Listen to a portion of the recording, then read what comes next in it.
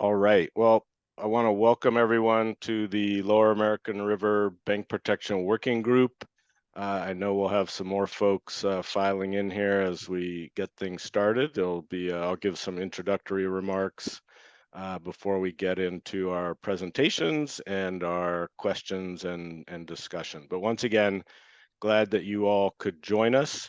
My name is Greg Ellis with ICF. I've been involved with the Lower American River Task Force and Bank Protection Working Group since the late 1990s, and I've facilitated this working group since 2015. I see a lot of familiar names. Many of you have participated in this group since 2015, and some of you even prior to that. But in 2015, we rebooted the group and began looking at the potential 11 miles of bank protection along the Lower American River, while others of you may be joining for the first time. I'd like to welcome you all, and I look forward to an informative meeting and discussion. Our first agenda item will provide some history of the Lower American River Task Force and the Bank Protection Working Group, so I won't elaborate on that further at this time. Our first speaker will provide that context. The goal of today's meeting is to exchange information. We have several speakers lined up to give some background on the flood control issues we face along the Lower American River and the Sacramento region as a whole, and the projects underway and proposed to help address those issues. After each presentation, we will have some time for questions and discussion. Most of the discussion time is toward the end of the meeting, but we'll take some time for questions after each of the presentations. So a couple of housekeeping items. Today's meeting is being recorded, so we hope that that is all right with everyone. All of your microphones are muted at this time and will remain muted during the presentations.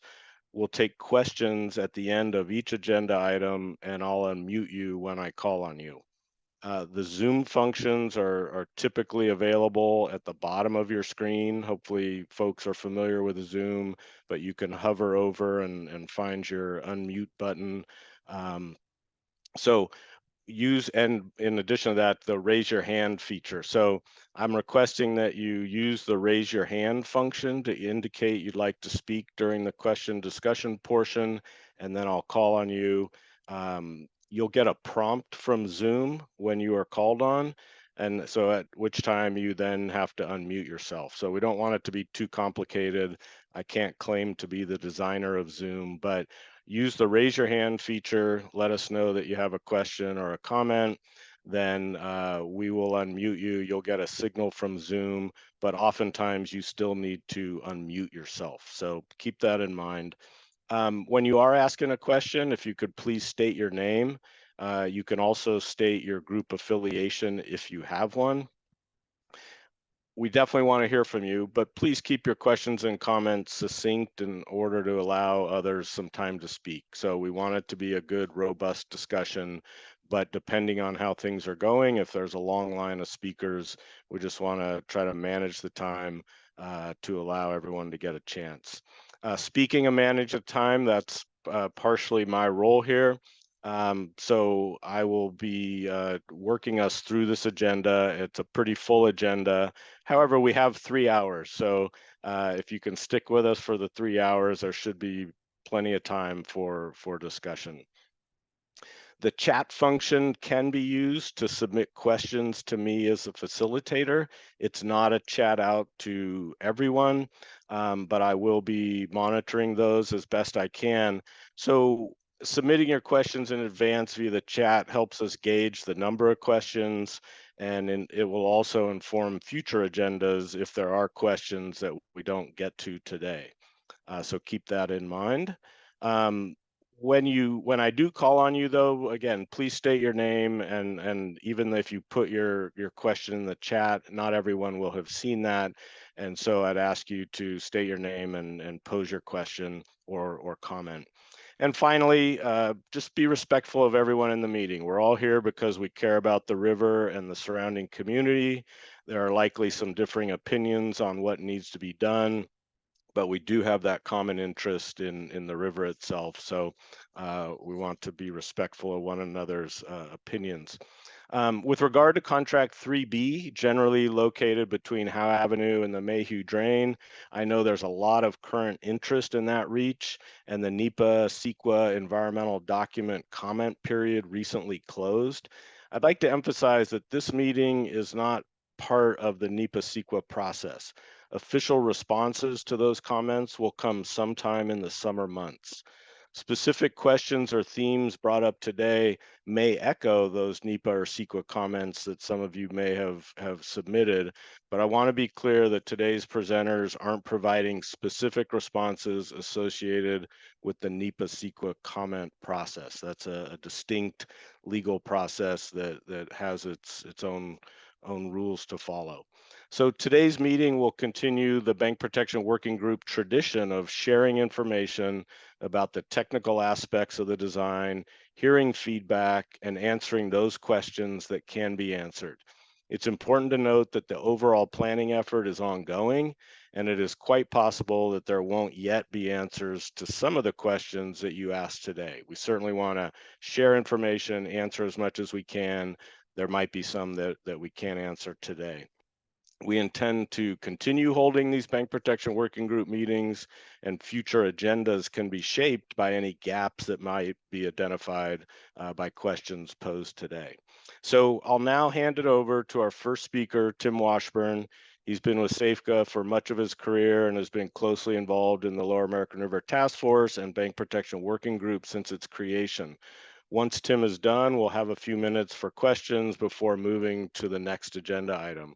Towards the end of the agenda, I just want to remind you, following that presentation on contract 3B is when we have our longest period for questions and discussion. So with that, I will attempt to stop sharing. Bear with me here. I will stop sharing that, and I am going to load up. I'm working on my own Zoom sharing skills here. So with that, Tim, I will hand it over to you and take it away. All right, thanks, Greg. My name is Tim Washburn. I've been with SAFECA since its formation in 1989. That's a long time. First as agency counsel, then as director of planning, and more recently as a retired annuitant. So I was asked to say a few words today about the origin of the Lower American River Task Force on its 30th anniversary year.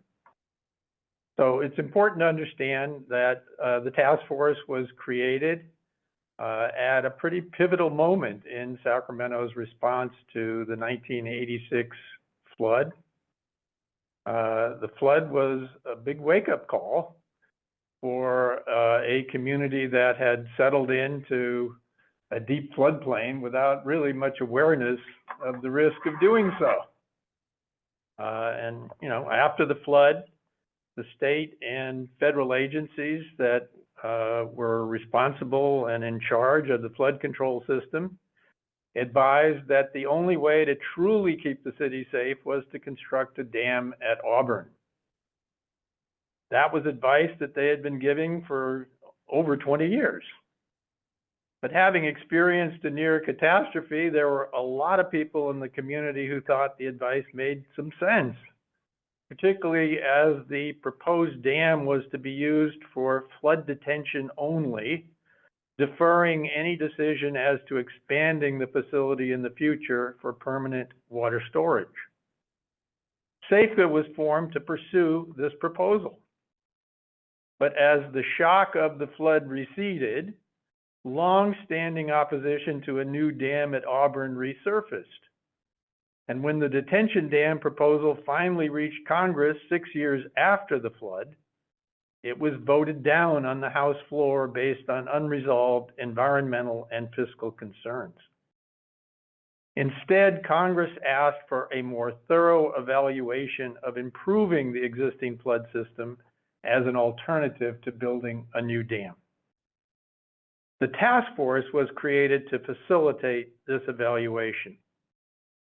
It was clear to all that improving the existing system meant enlarging the space for flood control in Folsom Reservoir, modifying the downstream levee system to accommodate higher releases from Folsom Dam, and modifying Folsom Dam's outlet works to make efficient use of the increased flood storage and release capacity. Safeco consultants produced a flurry of reports and analyses for the task force on these measures. But bank protection along the American River quickly emerged as a particular focal point of discussion. The task force was informed that erosion was a long-term management issue. The unavoidable legacy of 19th century hydraulic mining, the confinement of the river channel by levees, and the construction of Folsom Dam. The 1986 flood reinforced this message when high flows in the river washed away a large segment of the berm supporting the levee just downstream of River Park. The eroded area was subject to an emergency repair project following the flood, leaving a scar that reminded flood managers of how close we came to losing the levee.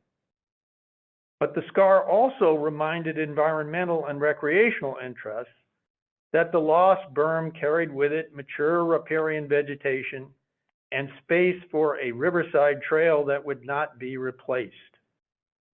As a result, task force participants representing a wide range of flood, environmental, recreational, and neighborhood interests concurred that erosion should be avoided in places where there was no room for loss.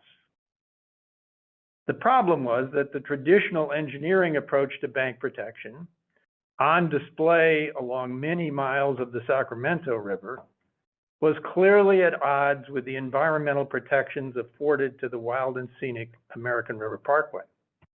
In fact, one of the arguments in favor of the Auburn Dam was that it would minimize the need for environmentally destructive bank protection in the LAR.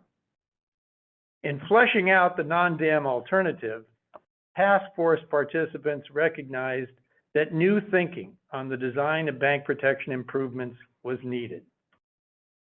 Fortunately, such thinking was close at hand. In the lead up to the Auburn Dam debate in Congress, the Planning and Conservation League, the only environmental organization willing to consider the detention dam alternative, urged Safeco to retain two consultants of PCL's choosing to review the likely environmental effects of the dam and advise on avoidance and minimization measures. Among other conclusions, these consultants underscored the ongoing risk of erosion in the LAR, even with the releases that would be required with the new dam in place.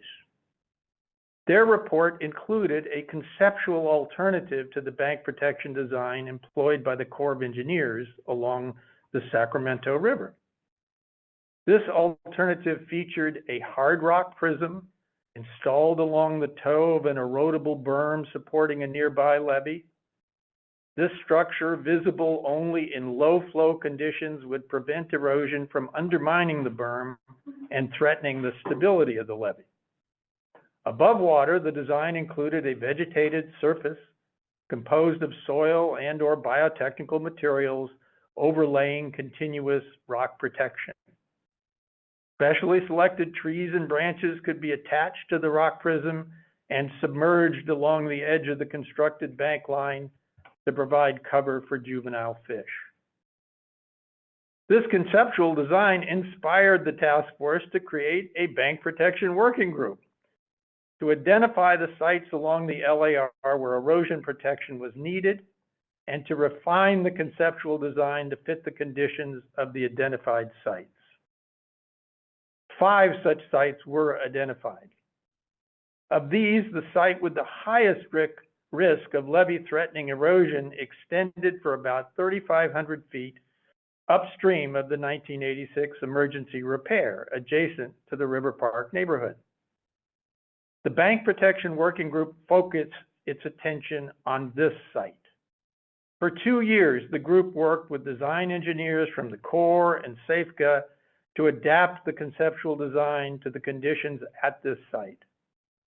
By the end of 1995, a consensus was reached in the working group and the task force on an acceptable bank protection project. Nevertheless, many task force members had serious doubts whether any action would result. Such a project had to be approved by federal and state agency decision makers way above the staff participating in the task force. The agreed upon design was likely to cost 2.5 times more per foot than traditional bank protection along the Sacramento River. Environmental review and permitting might cause these costs to balloon even higher. No one had had any positive experience with this kind of collaborative planning process. Then, in February 1996, a moderate rainfall event in the American River watershed caused the Bureau of Reclamation to raise releases from Folsom Dam to 25,000 CFS. This flow undermined the steepest portion of the berm in the River Park site and caused a segment of the berm 500 feet long and 10 feet wide to slough into the river. This was a galvanizing event. Sacramento's congressional delegation fired off a letter to the Corps calling for an immediate response to protect the River Park levee from any further risk of erosion. Corps leadership, in cooperation with its line staff on the task force, responded by green lighting the River Park design. In April, consultants produced an environmental assessment and an initial study that supported a finding that the project, including mitigation, would result in no significant environmental impacts. Due to the work of the task force, there were no substantial public objections to proceeding rapidly forward with project implementation. The environmental document was ratified in June. The Corps completed construction designs and issued an invitation for bids on the project over the summer, and a contractor was selected by the first week in September. October and November were dry months, and the contractor was allowed to work into the first week of December, by which time the most at-risk segment of the River Park berm had a layer of rock protection. On New Year's Eve, the 1997 flood arrived. Although this event produced a significantly lower volume of 72-hour peak rainfall than the 1986 flood, heavy rainfall during the weeks prior to the flood made the watershed conditions much wetter than 1986, and the resulting runoff to the flood system was about the same. SAFCA's Folsom reoperation agreement with the Bureau of Reclamation helped keep flows in the river no higher than 115,000 CFS.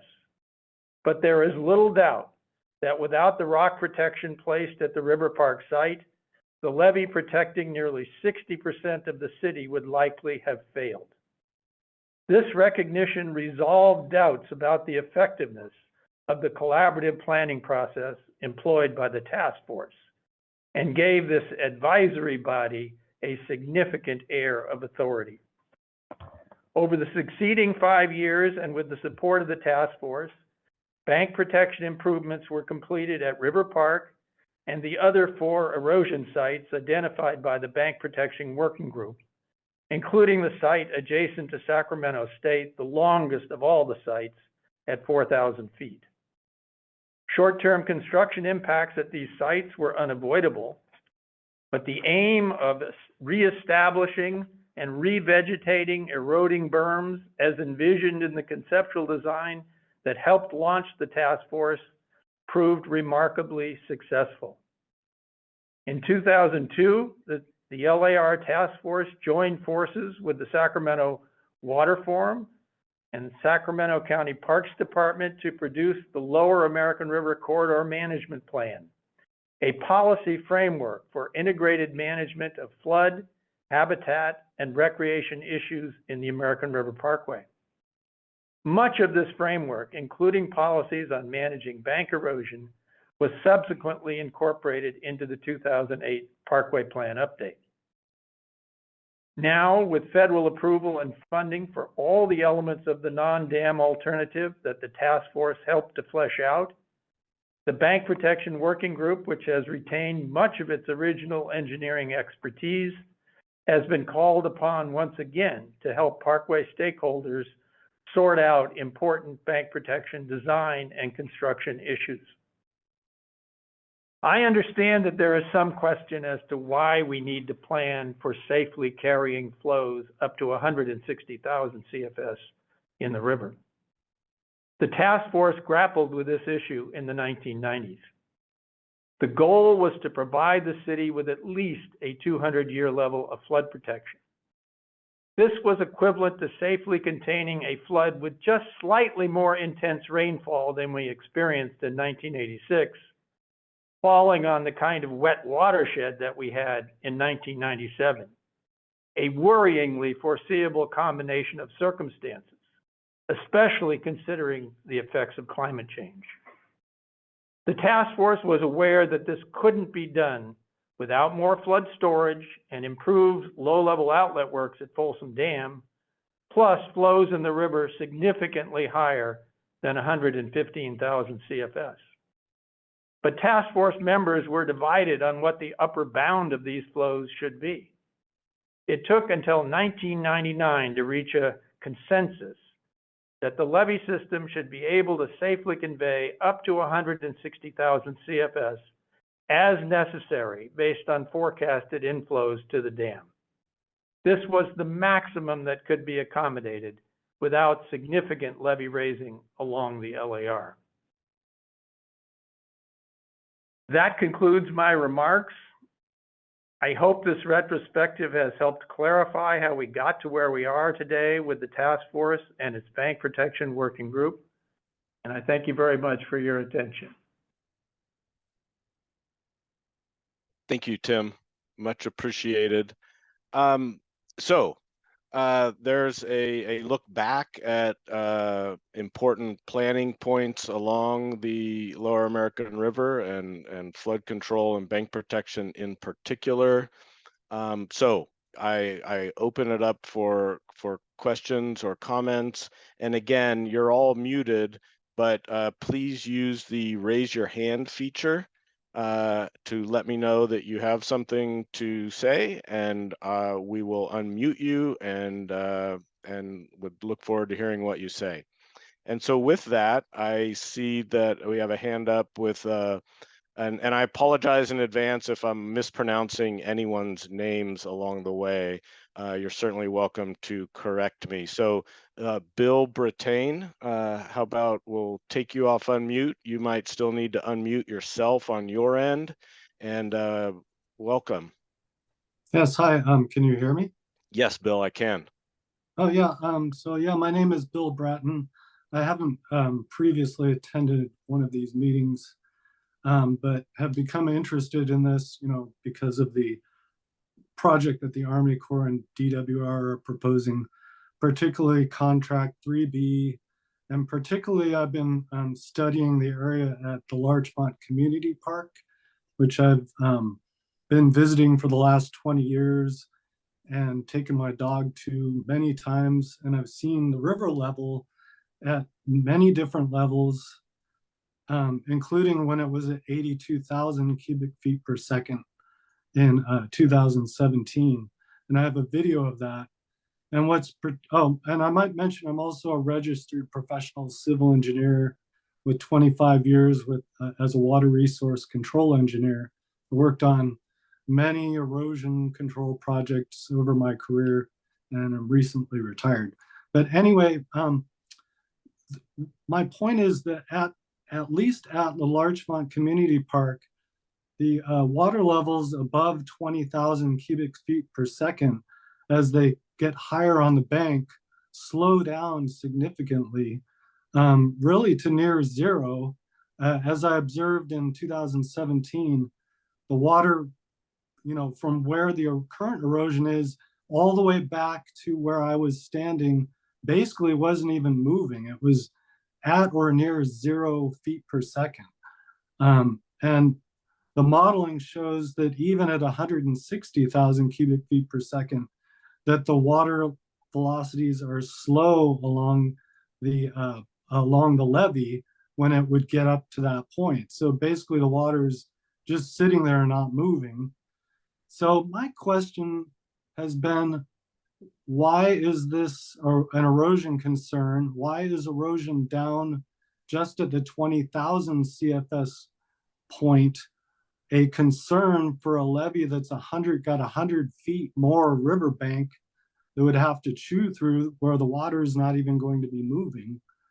And it would never, even at 160,000 CFS, is not going to cause any erosion at the levee itself, or really anything above that where the current erosion is. It might go a few more feet, but as has been pointed out in the task force own studies, they even say that water velocities are too low on the levee at 160,000 CFS to be an erosion concern.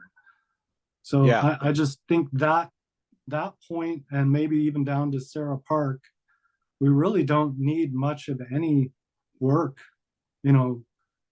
maybe beyond just shoring up the immediate erosion itself, maybe putting some rock up against that to solve the issue. So yeah, I'm going to jump in there, Bill, if that's okay. Yeah, go ahead. You make excellent points, and I will promise you that we are going to take that question on in some level of detail. So I'm not trying to kick the can, but our presentation on contract 3B has some very specific slides that will great. give us a much better opportunity to respond to that. So I hear you Right. loud and clear in registering that as a question, but if we could take that on in that presentation, we will do so. Remember my question when we get to that point. Yes. I thought about waiting, but sometimes when I wait, I find that I waited too long and I lost my chance. So I'm glad you raised your hand, and it's Right. registered, and we will Right. that'll be that'll be the first question we take on when we get Okay, to great. that. Thank And you. you will have seen the presentation at that point. So thank you, Bill. I appreciate that. And Joe, it's great to see you joining us. Let's open it up, and what's your question? And Joe, you have to, I think, unmute on your end as well at your computer, if you can hear me. There you go. Unmuted now? Yes, I can hear you. Welcome. Yes, I just want to thank Tim for a great briefing, a good background, very good summary. So thank you, Tim. Hope he's still here. That's Yeah, all he I want to is. say. Comment. Okay, thank you, Joe. Appreciate it. Thank you.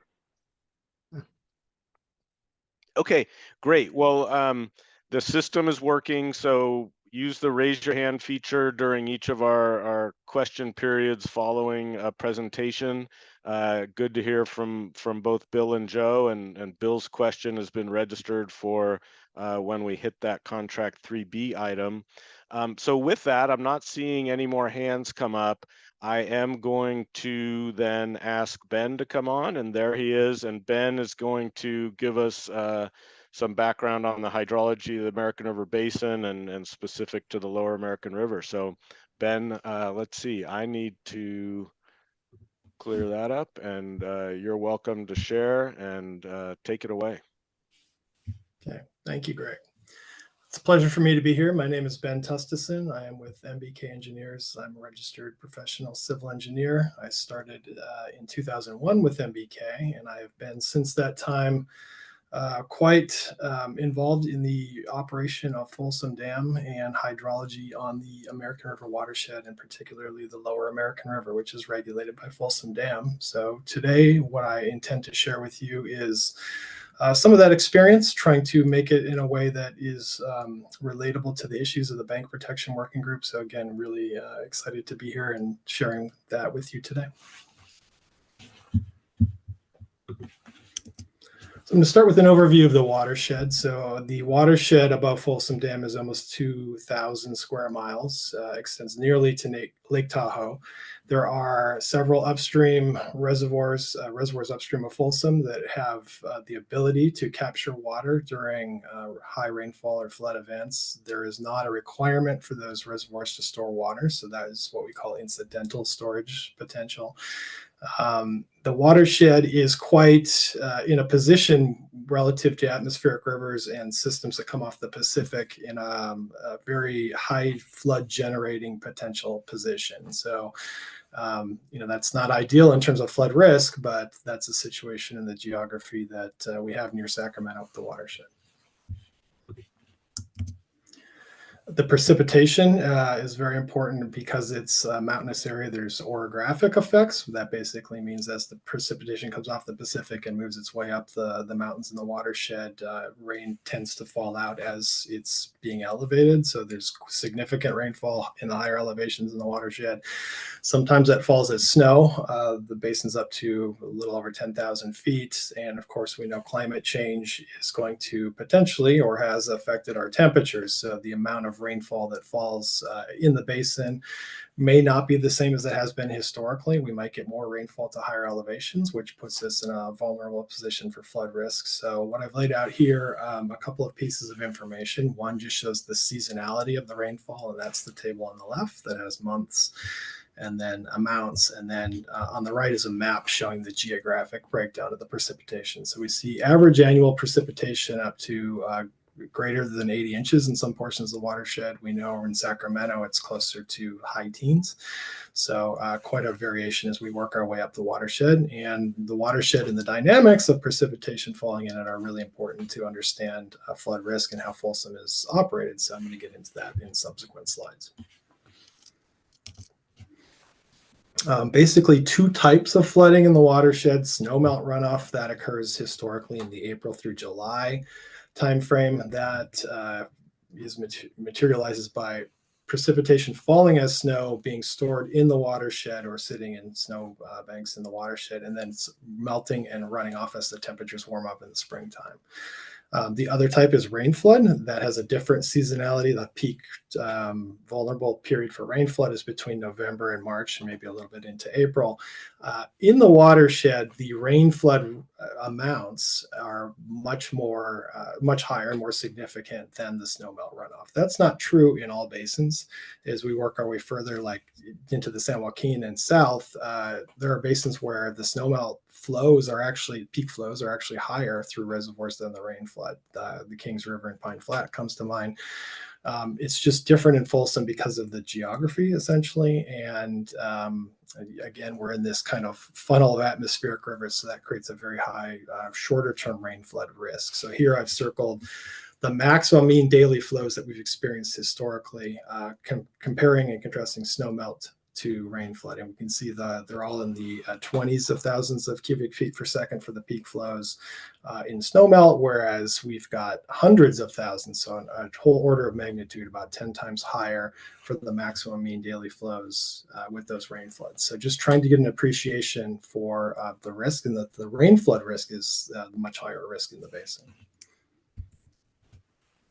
So drivers of the major flooding, again, heavy rainfall basically in a few day span, so 2 to 3 days to a week perhaps. So this is from 2017, one that a lot of us can remember. This is from January, just showing the significant amount of precipitation falling in the area and in the basin in a relatively short period of time. That is the main driver for flood risk in the basin. On top of that, that precip that falls as liquid can melt the existing snowpack that's in the watershed, and that adds to additional runoff that we have to manage and increases the risk. And there are some thoughts that that risk is also potentially driven by climate change and going to increase in the future. So here's just a headline from an LA Times article indicating the same. Above that, something that's a little more particular and interesting, I think this shows the SWE, which is the snow water equivalent in the watershed above Oroville in 2017, before and after the event that most of us, I'm sure, are familiar with at Oroville Dam. So this shows in January what within the watershed, that snow water equivalent. So it's basically the amount of water that is sitting in the snowpack, and then what it was after the event in Oroville. And then this is the difference between the two. So we see that these kind of lighter yellow shades are neutral, no difference. Red means there was a drop in that surface water equivalent because of snow melt, and blue means there was an increase. So even though we had a lot of precipitation in these several weeks between these two states, the amount of water in the snow was not necessarily increased after that. In some places it was decreased. And what that shows us is that a lot of it melted. So even though we got significant precip, the net in the snowpack was in some places a deficit after that. So that is kind of the concern with flood management, is that type of mechanism could be happening more often in the future. We've seen evidence of that in 1997. Tim alluded to this kind of 1997 watershed conditions with an 86 precip. That's the type of fear, and I have a couple slides here that I will help illustrate that in a second. So again, the heavy rainfall, here's a graphic. This is from a seminal Maury Roos paper, and Maury was a hydrologist for the Department of Water Resources for more than 50 years. And he boiled it down very simply, and we use this a lot to kind of explain the risk. So again, the risk is precipitation falling as liquid water. It has immediate runoff potential. We focus on shorter durations. 3 days is kind of what we call the critical duration, or the most important one for being able to manage the reservoir. And what Maury explained is that each inch over the basin was approximately 100,000 acre feet of runoff potential. We measure runoff in acre feet, which is a foot of water over an acre of land. So 100,000 acre feet is significant. We've got a large watershed, so that makes sense. But just boiling it down into these simpler terms seems kind of helpful to help people understand what the flood risk is. And then we've got a water year here. We've also got some hypothetical events from a 25-year to a 500-year, and the probable maximum precipitation, which is, think of it as the most that we think could physically transpire over a watershed in 72 hours. So those range from about 10 inches over 3 days for the probable maximum precipitation, up to 30. Again, the point is, this watershed can produce a lot of rainfall in 3 days. Imagine 10, 15, 20 inches of water. That's a significant amount of water. That's as much water as Sacramento sees as an annual average in 3 days. So that is what's driving the flood risk, and it's good to have an appreciation for those magnitudes. And of course, eventually where they go is very important, which I'm going to focus on next. So where does it go? Again, liquid precipitation falling in the watershed is a near-term runoff risk. It can go a few places. If the watershed is dry, it hasn't rained a lot, and the ground is not saturated, a significant portion can be absorbed into the ground. And in terms of runoff risk downstream and into the lower American River, that's obviously helpful. Stored in upstream reservoirs. So as I mentioned, we've got several reservoirs upstream. They've got hundreds of thousands of potential acre feet of storage. It depends on where they are and what their state is at any given time. But if there is a void in those reservoirs and the liquid rain falls and runs off above in the portion of the watershed that's above those reservoirs, and again, they're pretty high in the basin, 5,000-6,000 feet, so they don't kind of control all the watershed, but that can be stored. That's helpful for the management of the lower American River, because that water is not then transmitted downstream. The rest runs off into lakes and streams and eventually flows into Folsom Dam, where we have to manage it. So so that's the conceptual model. We call this the bucket model, which is very kind of simple but helpful. And then here, what I've done, or what Maury has done, again, has taken the precipitation that I showed on the last slide, and we're looking again at historical years from 1907 to 1997, and we've got a bar graph showing that 3-day precipitation in inches, and then also the runoff that was produced with it. So the way that I tend to look at this graph is the ratio of the two. So if we have a very dry watershed, we don't see a lot of runoff in proportion to the precipitation that we got. And that was the case here in October 1963. This is the Columbus Day storm, as we called it. The most precipitation we've seen over 3 days, even more than 1986 in the watershed, but not that much runoff. Why was that? a huge portion was absorbed in the ground because it happened in October. As we know, in California in October, it typically hasn't rained for about 4 to 6 months. So the watershed was very dry. So that's the effect that we see there. Whereas in 1997, a saturated watershed, the majority of the water that fell as precipitation ran off. So it's not just how much is it raining in the watershed, it's these other factors. And we can see there's a lot of variability in how those factors affect the management and the runoff of the system. So important for us to conceptualize and realize as we understand how all this works. Just a quick recap of some of the historical rain floods we've had in the basin. Here's the H or J Street Bridge. This is Fair Oaks on the other side.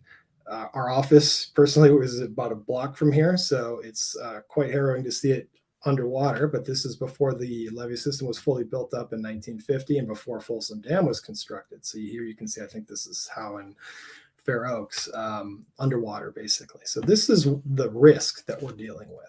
And we've come up with many ways to combat that risk over time. Folsom Dam was a key one that was built, it's being constructed and conceived at that time. It was finished in time for the 1955 flood event. And then you see things like Folsom Dam Save Sacramento. Hyperbole or true, there's a lot of truth in that because the dam was able to store a lot of that water. It wasn't going downstream. It wasn't creating downstream risks. So that's the obvious flood management function of the dam. And we've been able to use that function since 1955 when the dam was finished. Here again is 1986.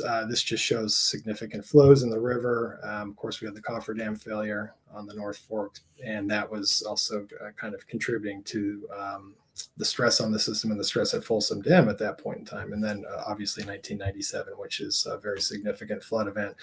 This is just showing a graphic of that atmospheric river, as we call it, coming in off the Pacific, producing a lot of precipitation, again, high rainfall elevations with that storm, a lot of snow melt, and that contributed to runoff, which was on par with 1986, even though 1986 had significantly more 3-day precipitation falling. So again, it's not just the precipitation, it's those other factors. I wanted to make sure that that was clear before we got into some more details.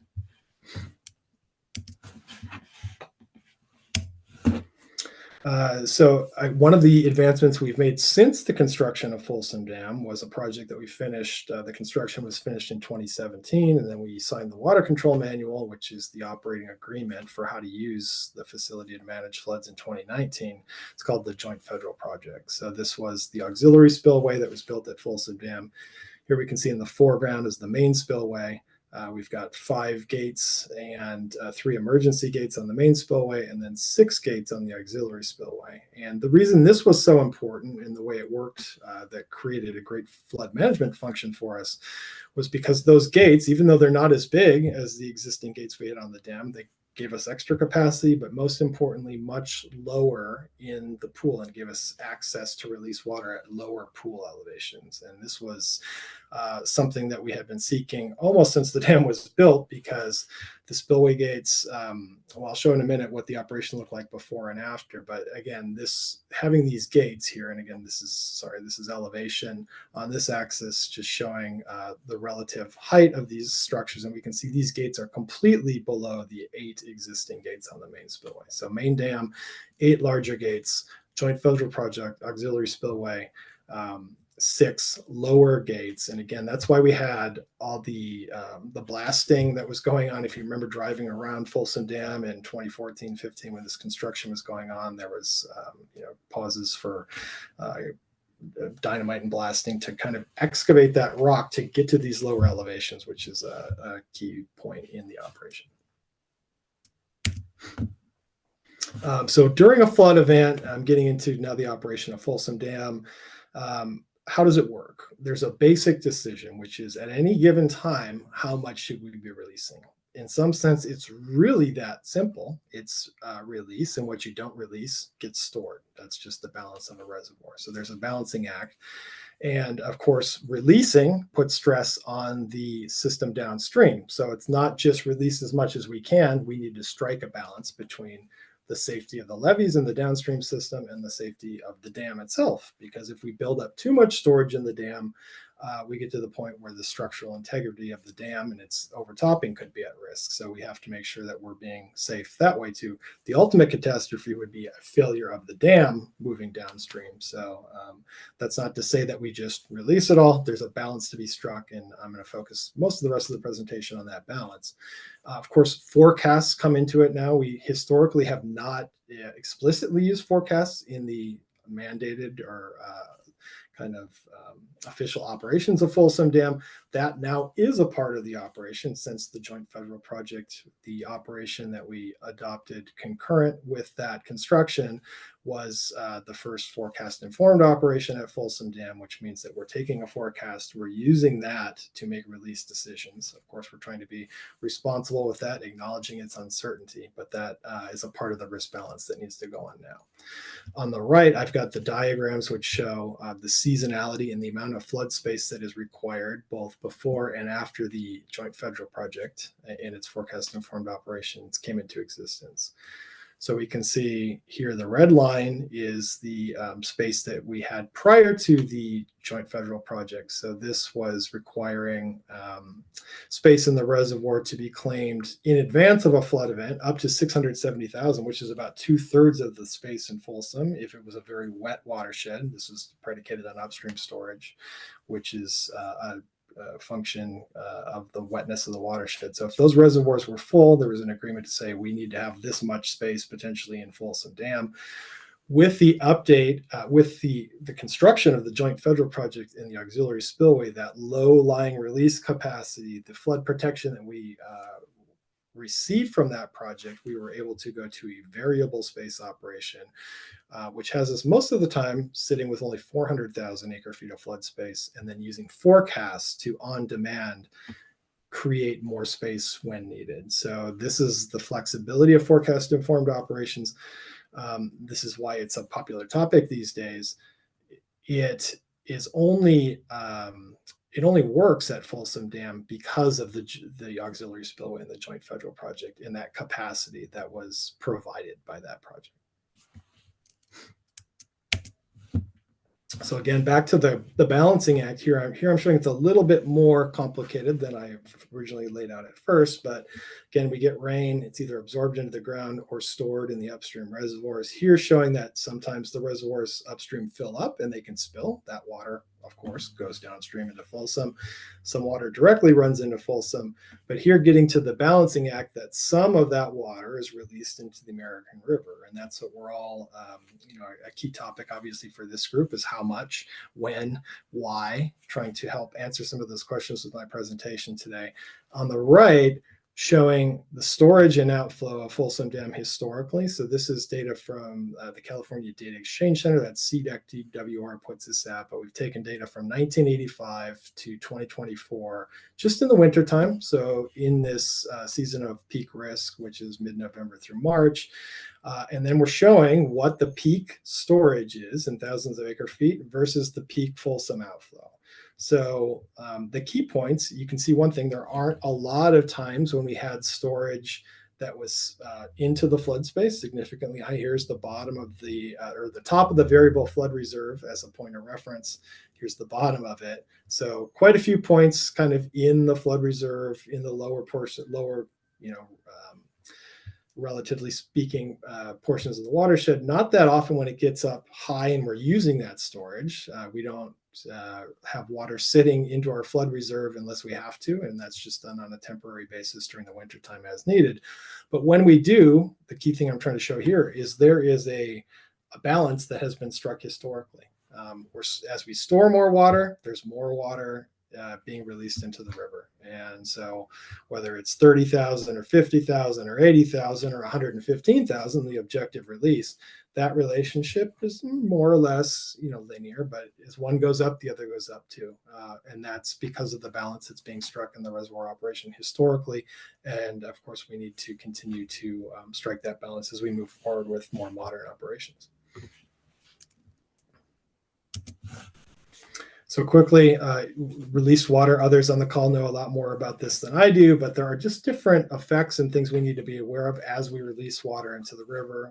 We talked about how much water there is at various levels. I recall, so 2017, walking out near our office and seeing what 80,000 looked like in the river, and it was just barely to the toe of the levee at that location, which is again near the H Street Bridge. So that varies throughout the system, but again, different levels have different effects in the river. That's all I'm trying to get across in this slide, just as a reminder for context. And then into the a little bit more on the forecast informed reservoir operation in the detail. So again, the idea was that we could start a little bit higher than we had historically, and that we would release steps based on the forecast severity. So if we had let's say a moderate, I don't want to use too many terms like that, but not a 1986 level flood, we could release maybe 25 or 50,000 CFS. And then as it became more severe, we would get up to that objective release of 115,000. Again, that's based on an inflow forecast. So we work with our partners at the California Nevada River Forecast Center. They give us an inflow forecast, and we go to subsequently higher release steps. The effects of that, so the blue line here, we've got elevation on the top, flow on the bottom, and then this is a couple weeks of a hypothetical storm event. So the blue line represents the way we operated before the auxiliary spillway and the Joint Federal Project was built. So we're starting below that top of variable flood space. This is an indication that the agreement we had with the upstream reservoirs that we'd have to create this space without a forecast, just in anticipation of an event.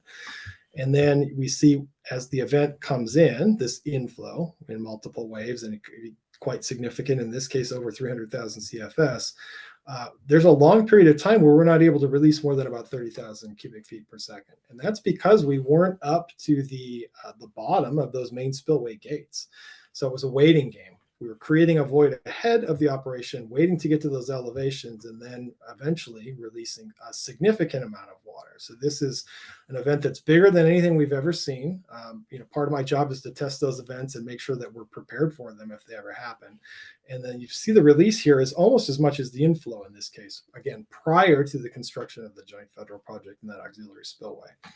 By contrast, the operation under the Joint Federal Project, we're making releases to these different levels in advance of a storm. Here, they're not quite the 50,000 and the 80,000 because we're able to follow inflow up. That's one of the rules. So we see these steps following up the inflow as it gradually increases.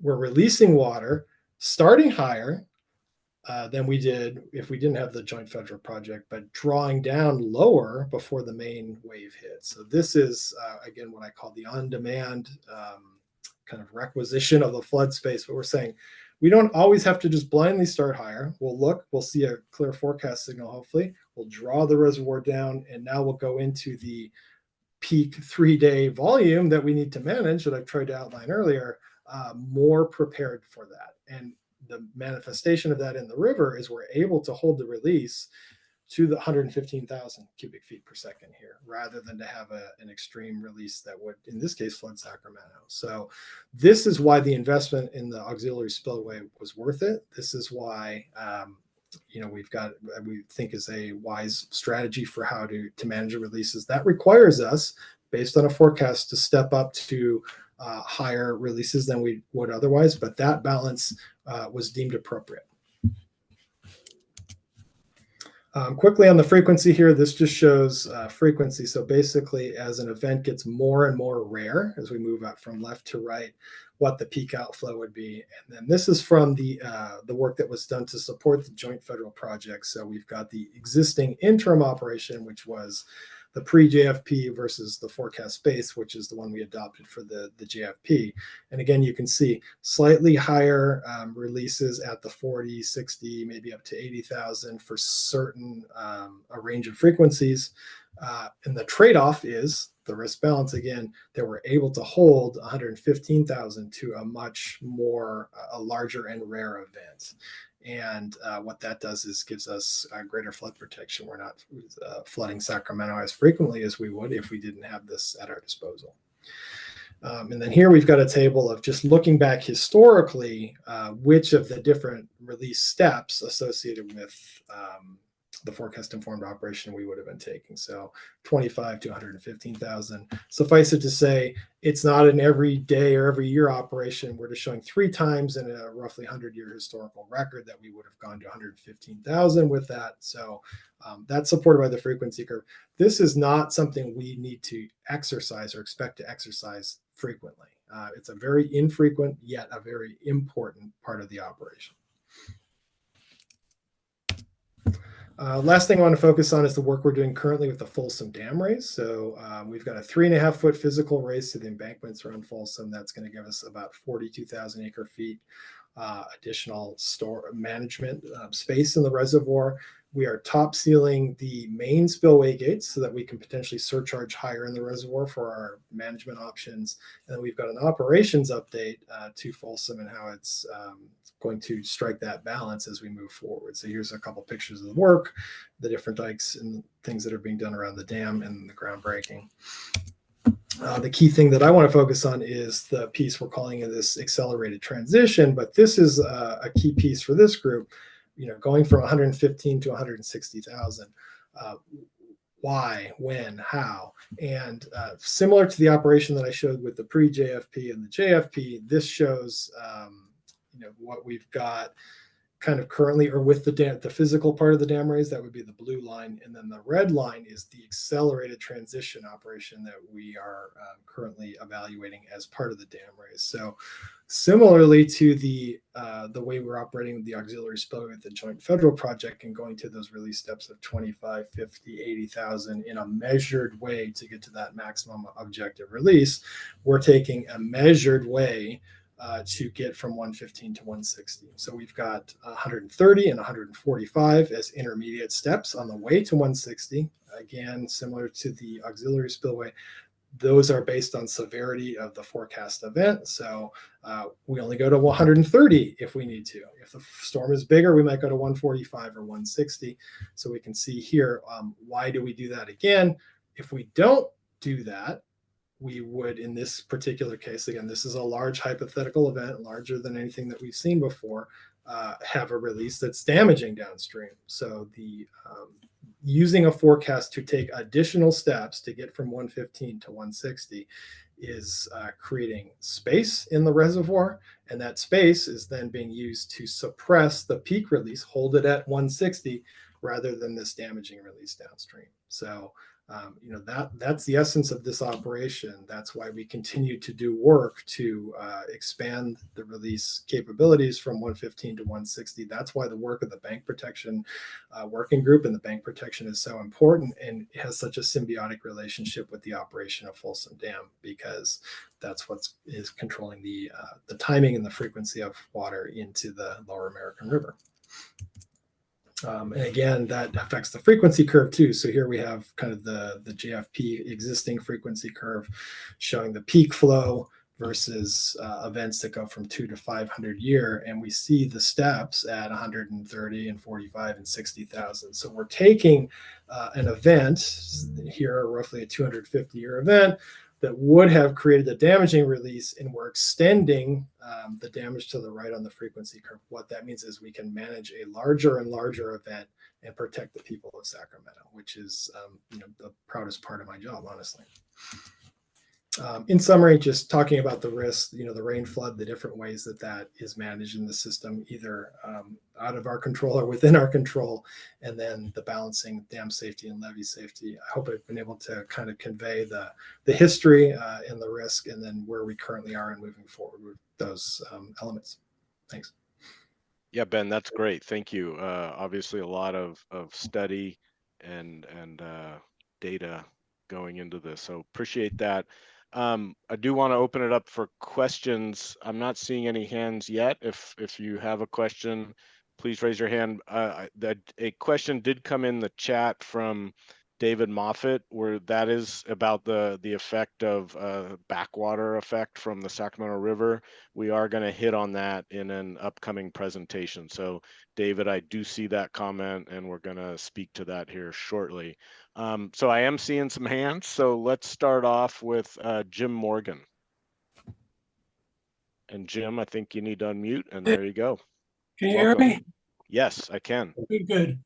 So I was wondering if you can comment on, including the dam raise and all the changes to operations, what recurrence interval would you get with 115,000 CFS and 160,000 CFS?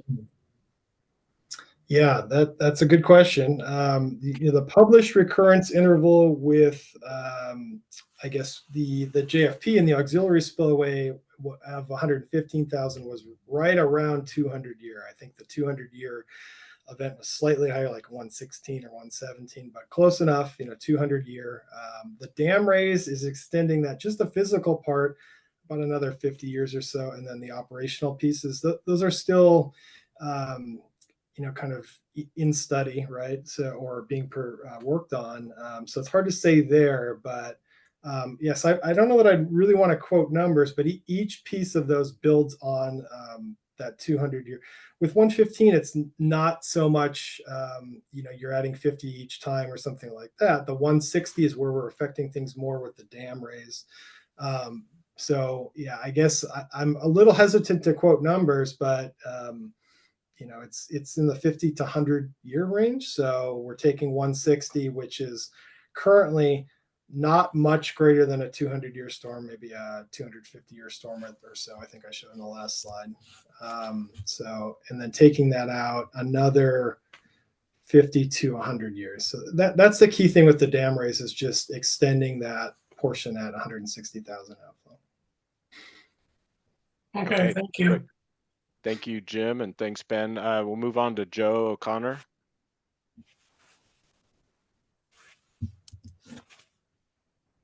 Yes, I'm Joe O'Connor with Bank Protection Working Group and Parkway Coalition. I noted that you're depending on some upstream storage, which implies that you've constantly got to monitor what's available.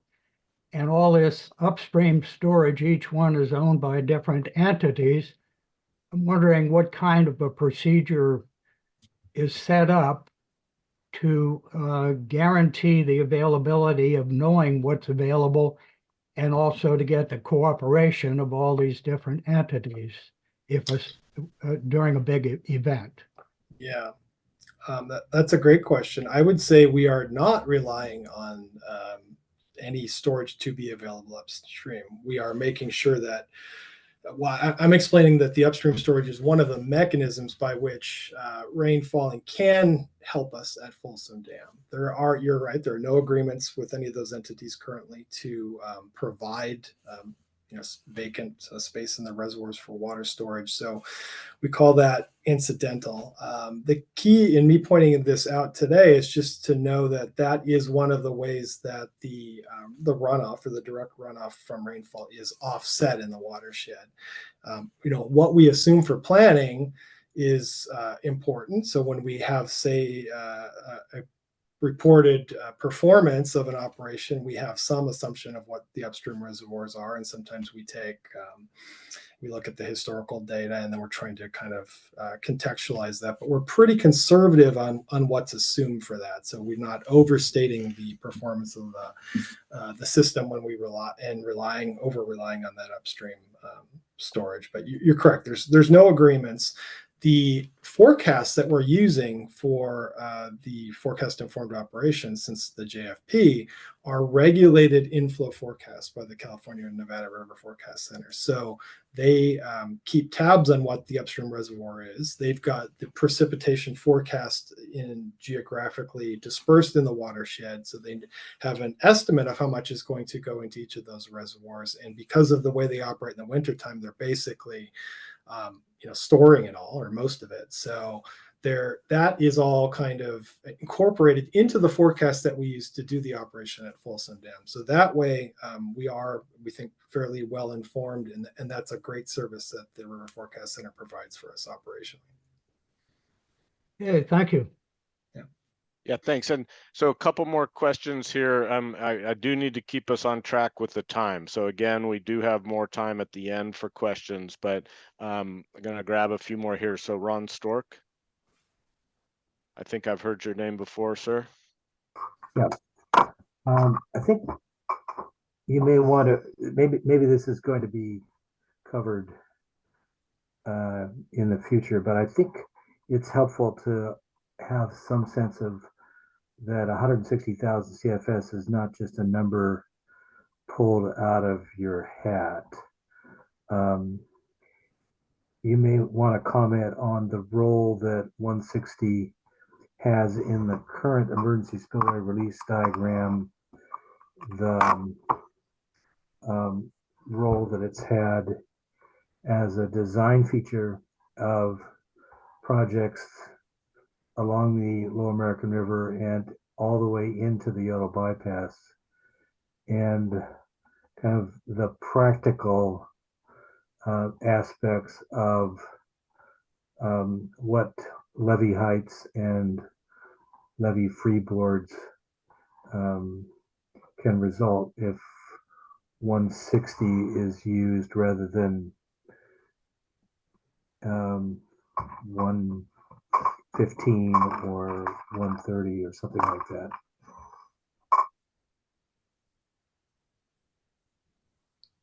Yes, that's a great point, Ron. And I think a little bit, can't elaborate too much. You mentioned the emergency spillway release diagram. That is a formal feature of that diagram that predates the joint federal project. So that the emergency spillway release diagram is the way that we transition from flood risk management or kind of these balanced operations to we need to save the dam. But 160 was formalized as part of that diagram. So it's got, institutional history there. And then, as you mentioned, this goes back significantly. It's not a number we pulled out of our hat, as you said. So, what the freeboard is, I'm sure somebody else could comment more appropriately than I could on that. It's, roughly 3 feet. It's not at 160, nothing to be, I guess it's, there is freeboard. 192,000 is what I've always heard is the advertised kind of capacity of the system. So 160 is just kind of the last official stopping point where we can still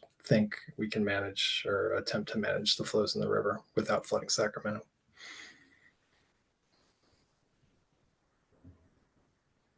Yeah, and so thank you, Ron, and thank you, Ben. So I see I have hands from Bill and Brenda. I am going to ask that we hold that till the next. We're gonna have more time for questions, but I do want to keep us moving through the agenda.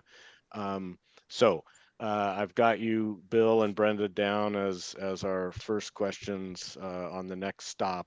So Ben, thank you very much again. Appreciate that excellent presentation. And so with that, I am going to hand it over to my colleague, Brian Wardman, and he will have the next presentation.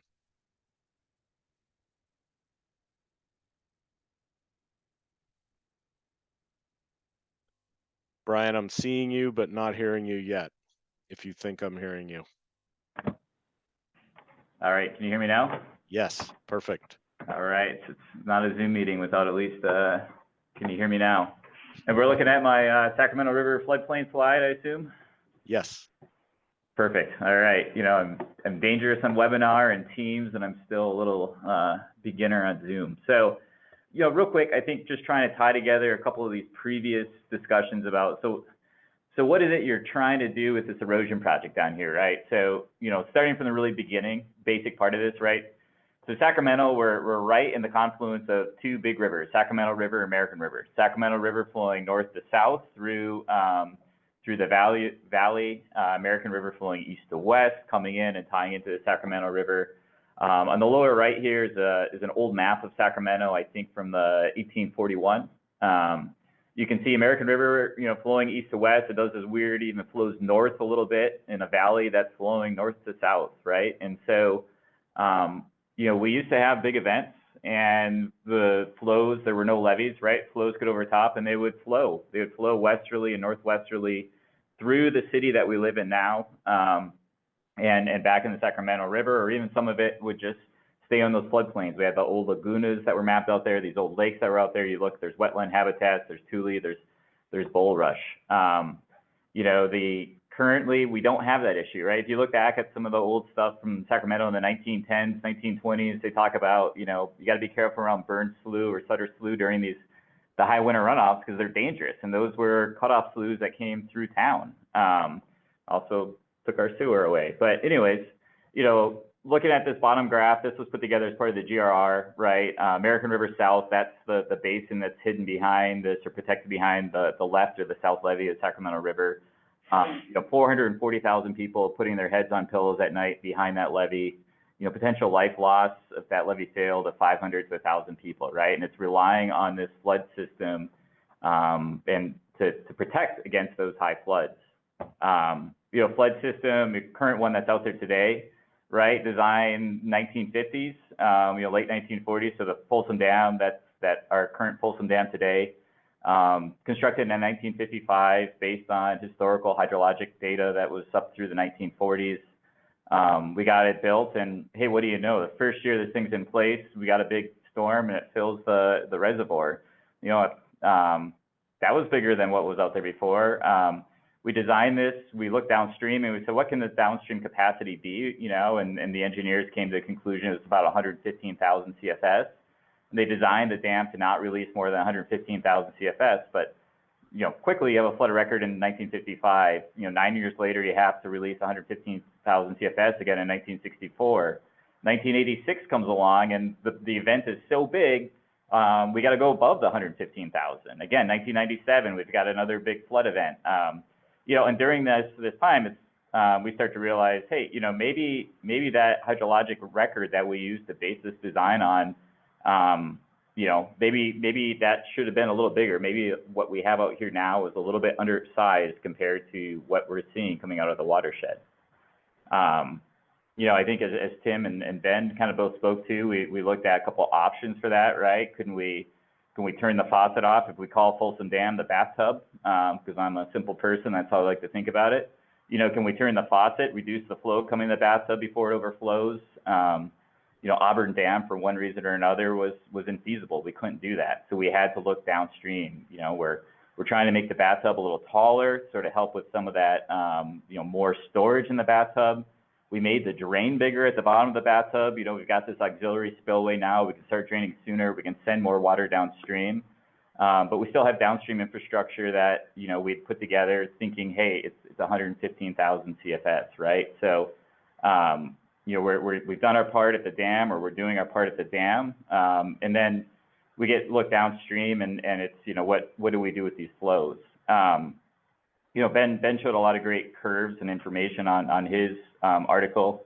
You know, things to keep in mind, right? An inch of rain in a day, that's like 100,000 acre feet coming into the reservoir, or 50,000 CFS of flow coming into the reservoir. And so, you know, a lot of these forecasts, they're our best guess. They're a good understanding, but, you know, we have to understand there's variability in those forecasts too, right? There's uncertainty curves that get really difficult to talk to.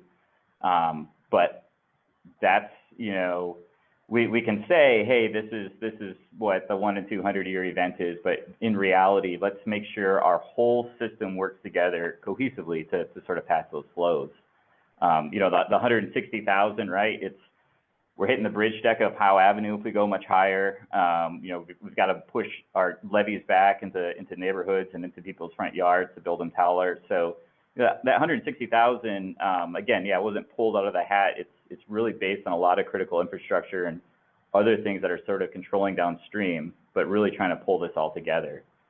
Yeah, multiple ways that levees can fail, from seepage, from instability, from overtopping, from erosion. You know, we addressed seepage instability, putting the cutoff walls. You know, that was a 15-year project to install those walls, address those issues. We addressed overtopping, right? We figured out where the low spots were, and we raised the levees without having to increase footprints and push into people's yards. And, you know, sort of the remaining link here in this chain is erosion, because these features aren't going to work if the levee just erodes away anyways. So again, you know, 1986 sort of, you know, maybe the kickoff for a lot of this work. You know, that was almost 40 years ago at this point. You know, and that's, you know, this project isn't something that came out of the woodwork yesterday, right? This is 40 years and trying different alternatives, trying to figure out what we can do, trying to identify what makes the best sense for what we can do here. Because again, you know, there's 440,000 people putting their heads on pillows behind those levees, you know, in the south, and another 350,000 to the north. And, you know, life safety is important. And I don't know if, you know, people realize all the time that, hey, where we're living used to be great juvenile salmon habitat, used to be great flooded, you know, wetlands, and you know, we're at a significant risk. So, you know, again, that's just sort of hitting on this one. Why are we doing this, right? We're living in a place that has very high flood risk. It's you know, 250 years ago, not in the far distant past, that where we're sitting today was, you know, might have been wet, might have been inundated this winter. You know, our infrastructure that we are behind, it's working, we're maintaining it, but again, we've learned that it's undersized. We're learning the sensitivities to it. You know, Ben's doing outstanding work, you know, on improving our operations and improving these forecast events and our ability to work with it. But, you know, we're also learning more too as we see more events come in and climate's changing, and this could continue to be worse. So, you know, this erosion, it's sort of the final link. We're tying it all together. We're making sure we're not leaving our $3 to $4 billion that we have in investments in the new dam and the seepage and stability, that we're making sure that it's all going to work and it's going to keep people safe. So I'll stop there, Greg. Okay, thank you. And I want to do a little time management here to make sure that we provide that good question discussion period at the end, as after everyone's absorbed the presentations. So since I have both you and William there, I think if we could roll right into the next presentation, where you two will give us updates on contracts, Lower American River contracts 1, 2, and 3A. And don't want to rush it too much, but any time you can make up so we can get a few questions at the end of that presentation and roll into our big one on 3B on time, that would be great. And so, and Brian, just to up the game a little bit, as if you can weave in the Sacramento River backwater effect at some point in your points, then that would be appreciated. But just have that in your hip pocket from a chat question. So take it away, William. All right. Good afternoon, everybody. My name is William Polk. I'm sitting amongst a lot of folks with a lot of history and knowledge. So I feel like I'm standing among giants, but I happen to be the project manager trying to get the current contracts out into the field and actually implement all the good work that's been going on for so many years. A quick rundown of what we intend to cover for the remainder of our discussions here. It's kind of our standard flow for bank protection working groups. We're going to go over kind of where we're at with contracts 1 and 2, the stuff that's been done already, contract 3A, which is upcoming, and then of course 3B that Greg just alluded to. I always like to point out that we have some wonderful local and state partners. These are just some of the many state and local agencies that saw the need for improved flood protection over the years, and they lobbied Congress to get it. But these are the particular agencies that joined us in a project partnership agreement, and we work closely with them on day-to-day design processes and reviews. Showing you here a quick rundown on where we're at with our basic contracts, how they've advanced. As I mentioned, contracts 1 and 2 over here on the right have completed construction, and we're in vegetation establishment. We've got contract 3A that's just about done with its contracting phase, is going to move into construction soon. Contract 3B is trying to wrap up its 100% designs. And contract 4, which we're not actually going to address today, but that happens to be in 95%, trying to wrap that up. Quick overview of the contracts that we're going to be addressing today. Contract 1 here shown in the blue from River Park, from Glen Hall Park in the River Park neighborhood, all the way up to Sac State. We'll touch on that. Contract 2, which was across the river over next to the Campus Commons Golf Course and extends past that all the way up to the Fairbairn water intake. And there's also a little segment of it up near the Howe Avenue area. We'll touch on that. And upcoming soon, hopefully this summer, will be our contract 3A down near the I-80 bridge. And then of course, contract 3B, we're putting this NS there. We've talked about this before. For various reasons related to contracting, we have to split that into two separate contracts, but it's being developed as one single package, and it'll be split later. And that'll be coming up towards the end. All right, contract 1, as I just mentioned, in the River Park neighborhood area from Glen Hall Park up to Sac State. We were considering this worst first when it went through the expert elicitation early on, and you can kind of see the reasons why. First of all, very constricted levees constricts the flow. It's kind of like putting your finger over the end of a water hose when you're out in the garden. You get accelerated flow and you get really high velocities. It also is going around a bend, so you get the flows on the outside edge here really pushing up against that bank. And the result is high velocities pushing on very erodible soils. There had been some past damage through these segments, so really concerned about this area. We have a design that's probably one of the most severe of anything we're doing on the river, because it pretty much goes from the toe down here by the water in the right-hand side, all where we create a bench, a planting bench, and then there's rock slope protection up, not quite to the top of the levee, but getting up there quite a ways. And that design is shown here in these pictures, which are showing progress of the actual construction work. The one here where it says rock slope protection really gives you the idea that through that area, this area is armored like a tank. It's just rock top to bottom. Like I said, kind of the worst case of what we would have to do for something we're really worried about. Once the rock was in place, we filled it with soil, we covered it with topsoil, and it was subsequently revegetated, which you'll see here in a moment on the next slide. Putting up here a quick rundown on our basic schedule. We completed this bank protection work in the fall of 2022. It was revegetated last summer. Unfortunately, that didn't start as early in the year as we would have liked. We had some difficulty getting that contract started. But vegetation establishment will go on from when it started last year through 2028. So we'll have a contractor out there assuring that we make progress along the way. All right, where are we at right now? Well, the vegetation progress has been, as I said, started a little late, but I think it's proceeding reasonably well. Unfortunately, it is a bit spotty. We had some mixed results the first year. The benches, as you can see down here at the bottom, are flourishing fairly well.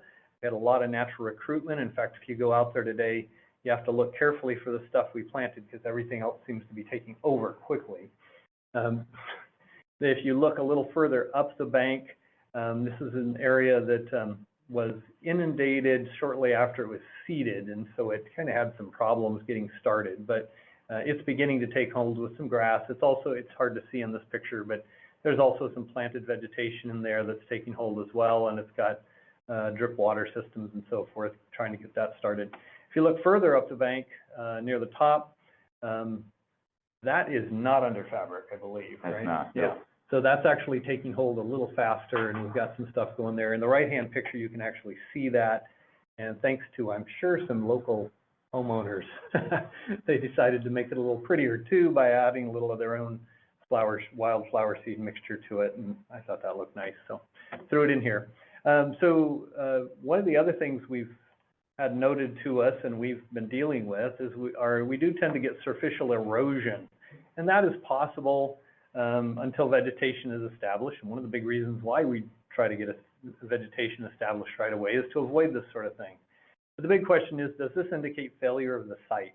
Well, if we go back to that previous slide, this whole bank line up nearly to the top of the levee was armored heavily. That's going to stay in place at 160,000 CFS. These small superficial erosion events have nothing to do with whether or not you'll survive 160,000. It's just the simple aesthetics. Now, of course, we're trying to repair aesthetics, but it does take a little while for vegetation to come in and take care of that. So that's kind of where that's at. Did you have something you wanted to add to that? No, just maybe the only key thing on this one, our early generation, that Tim showed of those original designs, right? The planting benches, oftentimes we see some rock, and then we see our vegetation above that, right? So the current version of these designs and this planting bench, Safeco hired GEI and CBAC to go out a few years ago and reevaluate the sites, what's working, what's not working, what could be better. So this site is an example of, we tried to build these planting benches much lower to the water, reduce the visibility of the rock along the channel edge, and put some variability in those elevations. And so, our site here relative to upstream, we're anywhere from, I think, a foot to 3.5 feet lower as you walk along the site relative to like upstream site 4. Again, trying to learn from what worked before, how can we improve it and carry on these generations of designs, continue improvement. So we're at slightly elevated flows right now above summer water levels. What will you see if you go out there right now? You see some rock. So on the upstream, you'll see some rock on sort of the upstream parts of these embayments, and then the lower parts of the embayments where the wood is, those are submerged. So rocks maybe sticking up maybe 6 inches on the upstream, maybe it's a little closer to a foot sort of on the downstream, depending where you're walking along the site. And yeah. So what you're saying is it's performing the way you intended. Yes, yes. Getting inundated. Yes, that's great stuff. All right, trying to keep moving here. We'll move off to contract 2. This, of course, is across the waterway, as I said, Campus Commons Golf Course area on the north end here, kind of off that picture, all the way upstream to about the Fairbairn water intake. Going to talk about site 2-3 first, which is that first stretch. This is an interesting site, and I'm going to let Brian talk to a lot of this because he has the background on how that design worked. So yeah, so essentially, you can see on the cross section on the right, the dotted line, existing ground. That was a high terrace. So this was an area where, in the post 1800s, the hydraulic mining upstream, a lot of sediment got brought down and deposited into a river, anthropogenic, impacts into this river system. The river cut itself back down to its old profile, but it left these floodplains high. They're only getting inundated maybe once every 10 years or so. They have these steep, sandy bank lines, not much vegetation growing on the bank line, I think partially just getting shaded out by vegetation growing on the upper slopes. And so what we were seeing under existing conditions at this location was just sort of this episodic of a little bit of co-erosion and this big 30-foot bank with slough or collapse in the water, and kind of start over. And so when we evaluated different design alternatives with our track, with our working group, Technical Resource Advisory Committee, a couple of things showed up. One, we were constrained by hydraulics with putting the planting bench on the left bank. And so, trying to figure out how to put the planting bench in or how to get that site revegetated without having impacts to conveyance. And 2, trying to do anything that was building out on this site was also leading us to some hydraulic impacts. And so we came up with this idea of, well, what if we flatten these slopes out, we install vegetation on these flatter slopes. Now a little bit of co-erosion is not on the bottom of a 30-foot area that sloughs, but instead it is on a much flatter slope where we're not worried about that. Once the vegetation gets established, it should be able to resist shear stresses during 160,000 CFS events. So, it originally sort of started out as, let's see if we can just have a site that's all vegetation. We can essentially, it buys us some more conveyance area that offsets hydraulic impacts other places. It provides us a low floodplain elevation that's more frequently inundated than 1 out of every 10 years or so. Improves sort of access down the bank line to the water. As that project went along, right, it is a bank protection project. We are looking not just in the 5, 10, but in the 50, 100 year sort of outlook of we need resiliency. The federal funds are going to go away, and it's going to be on to our local partners here to be able to sustain and maintain these. And so there became a request to have a little more resiliency in the sign. What if the vegetation doesn't hold? What if sort of thing? So we ended up burying in what we're calling sort of transverse structures, but a way that this rock is buried back behind the design. So if the vegetation were to give away, if we get some spot erosion, it really does limit how far erosion can occur and sort of get back into the parkway. So, you know, really the driving forces originally on this design were not let's excavate the bake line and bury rock. The driving force on this was, yeah, let's lay back these slopes, let's get better vegetation, let's get some floodplain, let's get some additional conveyance area that offsets these other areas. Let's address sort of the primary erosion concern of a steep bank with toe erosion because we have poor erosion protection. And then the rock sort of came in as a later part of this of just making sure that long-term we are going to reliably, you know, kind of keep this parkway in place. And so there's a picture of some of the rock being buried. Next slide here is just sort of well, that's the site, how it looks like now. I'll let you speak to revegetation if you want to a little bit, William. But to carry on with what Brian was saying, the rock is buried. It was there to stabilize bank retreat should it happen, but it's buried, it's gone. You don't see it in any of these pictures. One of the other things we wanted to point out about this is we took out a lot of material, and I think you mentioned it, that we kind of have more access now actually to the bank line. Well, access to the water, because, you know, if you wanted to get down near the water last time, you pretty much had to jump off the bank and fall in the water. So now it's a nice gentle bank. As far as revegetation goes, this is just showing that even though we haven't had a chance, because this site was finished construction last fall, we haven't had a chance to do formal revegetation. Things are taking off reasonably well. It's hard to see, but we do have willow poles all down along the water's edge there that are taking off. Natural recruitment is taking off. You can see towards the upper edge of the slope here. Native plantings will come and fill in this area this summer, and take a few years to get going, but they'll be there. Let's see, there was also, I believe, some concern amongst some folks that we didn't adequately decompact some areas. And the nice thing about these photos is it actually does show that we ripped up all the area along the edge here where all the traffic was doing the work. And that's actually recruiting pretty similarly to what's adjacent to it, which we didn't decompact, wasn't driven on so much and so forth. So we feel like this is going reasonably well, given the amount of time and the fact that all we've done is sprayed some hydro seed out there so far. One other thing to be pointed out, yes, this site is also susceptible to superficial erosion. We're cleaning that up periodically, repairing those things, and then of course trying to get our vegetation established on top of it. But no, that's not a site failure. It's just something that happens because we can't control everything that happens off-site here and drains across our site. All right, more things about contract 2, site 2-3.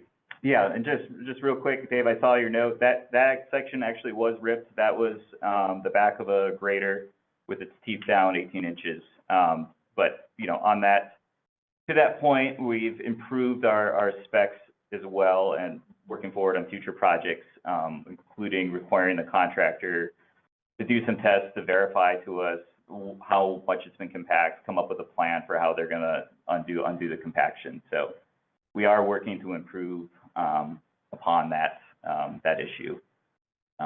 So yeah, Dave just noted that he didn't think that area was ripped; it was dissed as the top 6 inches turning the soil over versus 1.5 foot. But sorry, may have misspoke. But yeah. Yeah, it was ripped pretty good. Yeah. So, anyways, just for a couple of pictures here. I think I already hit this on the other slopes, but you know, kind of this existing site. It was tall, sandy, not a lot of vegetation. Sort of the episodic erosion that was post 2017 on one of the trails along the edge. We can just hop to the next one here. Again, yeah, excavating material.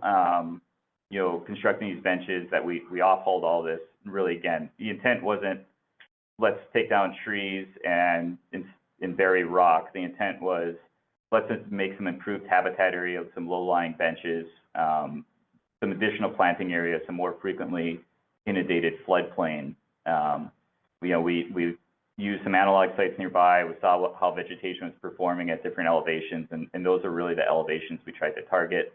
And basically, this project lowers our water surface elevation by you know, a half a foot to 7/10 of a foot, which really allows us on our other sites. We'll talk about a little bit on site 3B, but we can build out into the channel a little bit other places. So we bought ourselves some working area here that we're not constrained as much by conveyance, with this helping us and adding some conveyance to the system. So just my last slide on site 2-3 right here is, again, just sort of talking about this project. So the yellow line's drawn right along the lower bench. That lower bench elevation in about the, should be just above the, right about the 4,000 CFS water surface elevation, the edge of our cut. So we're really trying to maximize with that lower bench elevations that was going to establish vegetation, but also going to be more frequently inundated. And so, you know, this past winter, the picture on the left is from November, the picture on the right is from March. For about 37 days this winter, the site was backwatered by high flows in the Sacramento River. And so, you know, basically we were able to add about 7 acres of this shallow floodplain habitat. It's ideal habitat for rearing juvenile salmonids. It's at a key time when these fish are in the river, right? They're spawning October through December, 6-8 weeks in the gravel, a couple weeks coming out, right? And this is when we have small fish in the channel. You know, we've had a few comments about, hey, why do we see wood strapped to the bank line, right? Well, that's some temporary habitat, temporary cover for the fish until we get the vegetation established. Ideally, you're not seeing that as much once the vegetation grows around it. You know, yeah, sizing, we could go in and spend a bit longer to talk about that as well. Just going back to the previous comment about how far up do we see effects from the Sacramento River. So again, that sort of depends on what the American River is doing. So at low flows like this winter, right, we saw those backwater effects extend all the way up upstream of Howe Avenue. In a high flow event, you know, I think around about 80,000 CFS and above, we start to see those backwater effects get drowned out. So it's really the American River flow that's driving stage elevations in these lower areas. You know, 160,000, we're pushing so much water through that those backwater effects on the downstream don't impact as much. Again, we open up the gates on Sac Weir, that really keeps the Sac River water levels really controlled as we get at those higher elevations as well. So, yep. All right, we'll move off to site 2-2, which was this site a little closer to Howe Avenue, and this time I'm going to try and keep my rhythm with Brian better. Yeah. Site 2-2, smaller site, but also a somewhat different design, which I'd like to point out. If you look at the cross section here, you can see the existing grade that existed before we ever came to the site and started working. And you can see that once again, very steep bank. It was a bit unstable, had a little bit of vegetation on it. Some of it was falling down, which is a common thing to see trees in the river, right? Take a canoe trip up and down the river, you'll see them falling in all the time. But that's what was existing, and we built out from that in this design. There's a pile of rock down here for the toe, and then behind that we filled in with soil and whatnot. It's not shown in this cross section, but every so often there are tiebacks so that you don't get erosion started behind here and have it go uncontrolled. But that basic design can be seen during construction here. Out in the water, some of it's submerged, but you can see the beginnings of this toe rock out here, and then there's lots of space behind that for a very large planting bench. And then of course you see the tiebacks. The thing to be pointed out here is that the vegetation that was removed for this thing was extremely limited. Basically from the top of the overbank and down the side, that's 90-some% or more of what was removed for vegetation was only in that area. It's not well seen in this picture, but behind that to the right, all the vegetation remained. And even on this bank line, we were able to save a number of the larger trees that looked like they were in good health, they were stable, would prove to be a danger during construction. So with this design, which we're going to say is a better analog for what's going on in the designs upstream in many cases, we had very minimal vegetation impact, and we built out into the river and actually created more space for habitat with this design as well. And how's it going? Well, once again, we just completed that this last fall. It's got willow poles and grass seed in place. Natural recruitment is flourishing, as you can see in this picture. Some of the lower portions of it that did get inundated aren't growing real well at the moment, but those are going to get going as well as the flows get back down. You can see some of that in-stream woody material that Brian was referring to. And we plan to come in with plantings here this summer and completely redo the site. Once again, the site is susceptible to superficial erosion. There was a spot where a good Samaritan didn't like a puddle of water up on a bike trail off the site, and they dug a ditch over to our site and drained it. Well, guess what? That eroded our site a little bit, but that wasn't a failure of the site. It was just the fact that we hadn't gotten vegetation going again. We're going to take a moment on the next slide, or a few moments, and kind of talk a little more about how this design came together and its value for an analog upstream. Yeah, and you know, we've been at this for quite a while, and I think I've bludgeoned people on this panel a lot with my PowerPoints in the past. But you know, again, I think it's good to just sort of step back and remember like what these sites used to look like, how we got here, right? So kind of the key thing on this site, we had a very narrow bench that was eroding. We could see signs of distress. You know, the picture on the right is some cracks at the top of the hill. It's indicative of that bank slope sort of getting ready to slough off or to crack off and break in the river. Not the whole site, you know, didn't have a lot of vegetation along the toe. Again, it was steep and it was sandy. It was undercut in areas. And so the primary concern of this site was really that spot, a narrow bench where we could see there's some ongoing erosion.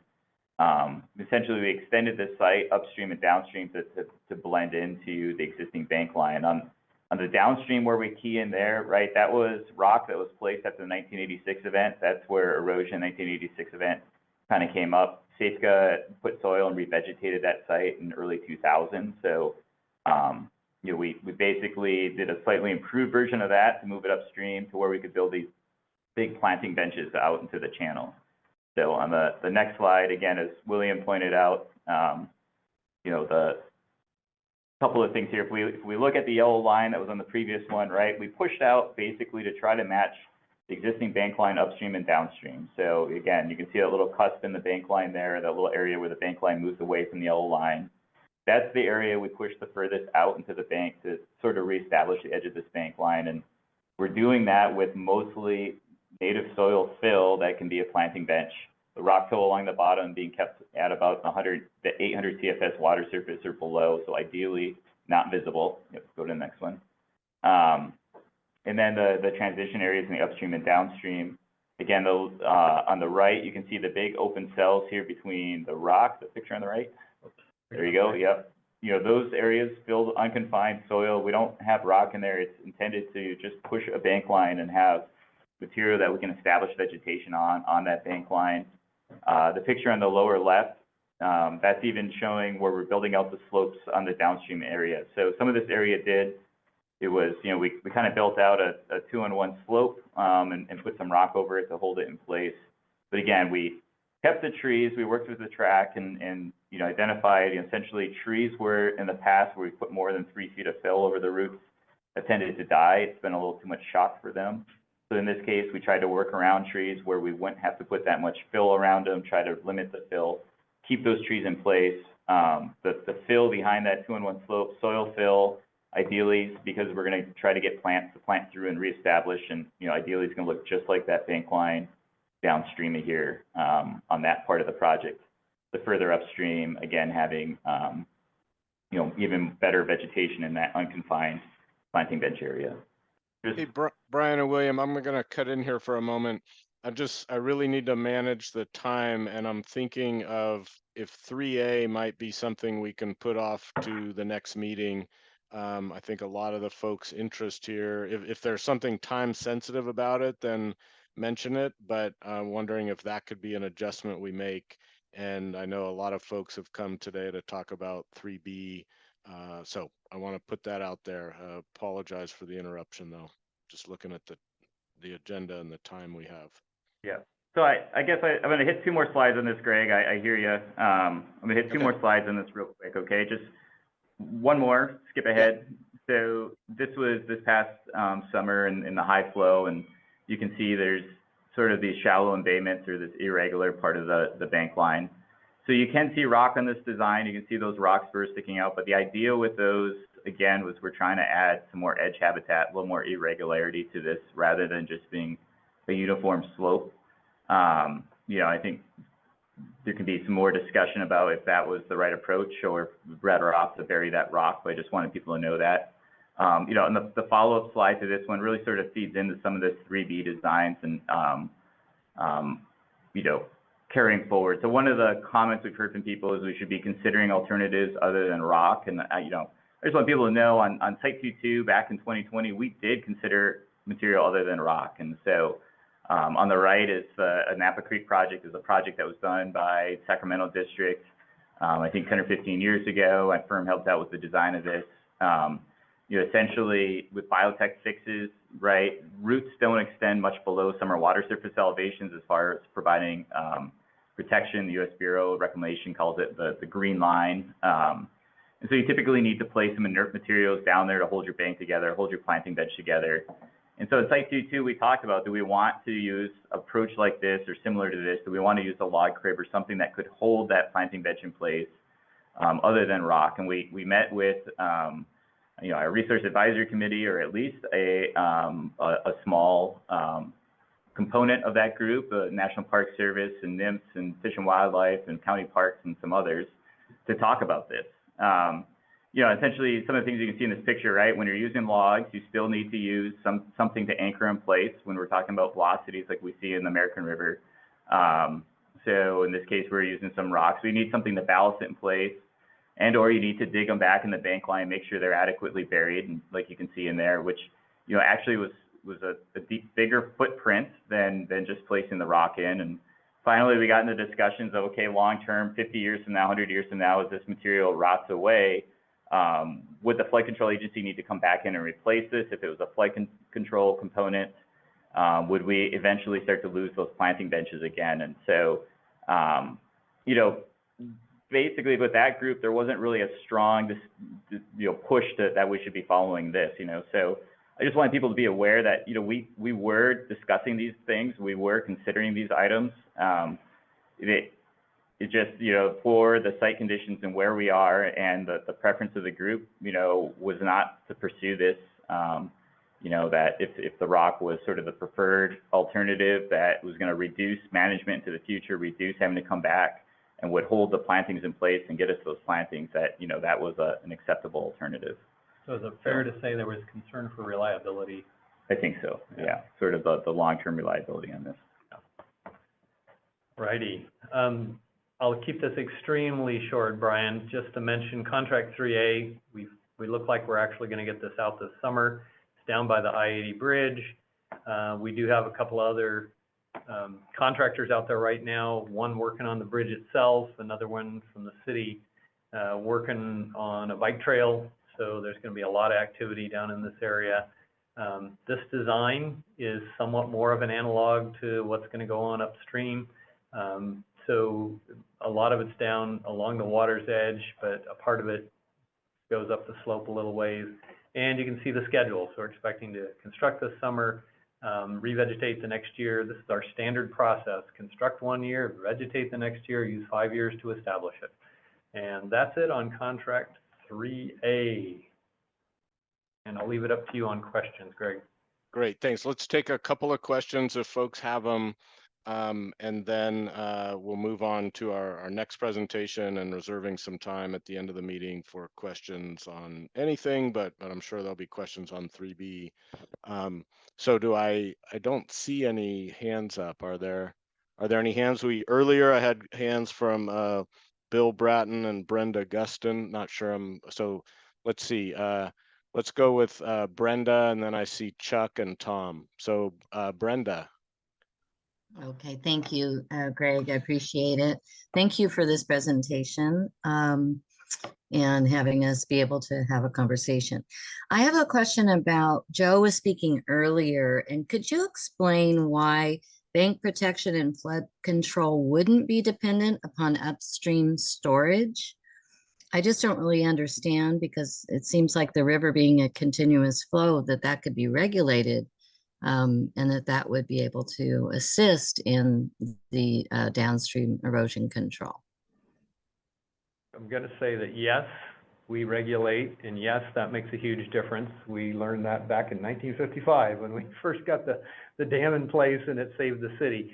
But I think Brian can talk to a little better detail. Yeah, so right, in a perfect world, we would never release more than 80,000 CFS for bank stability if we didn't want to touch anything, right?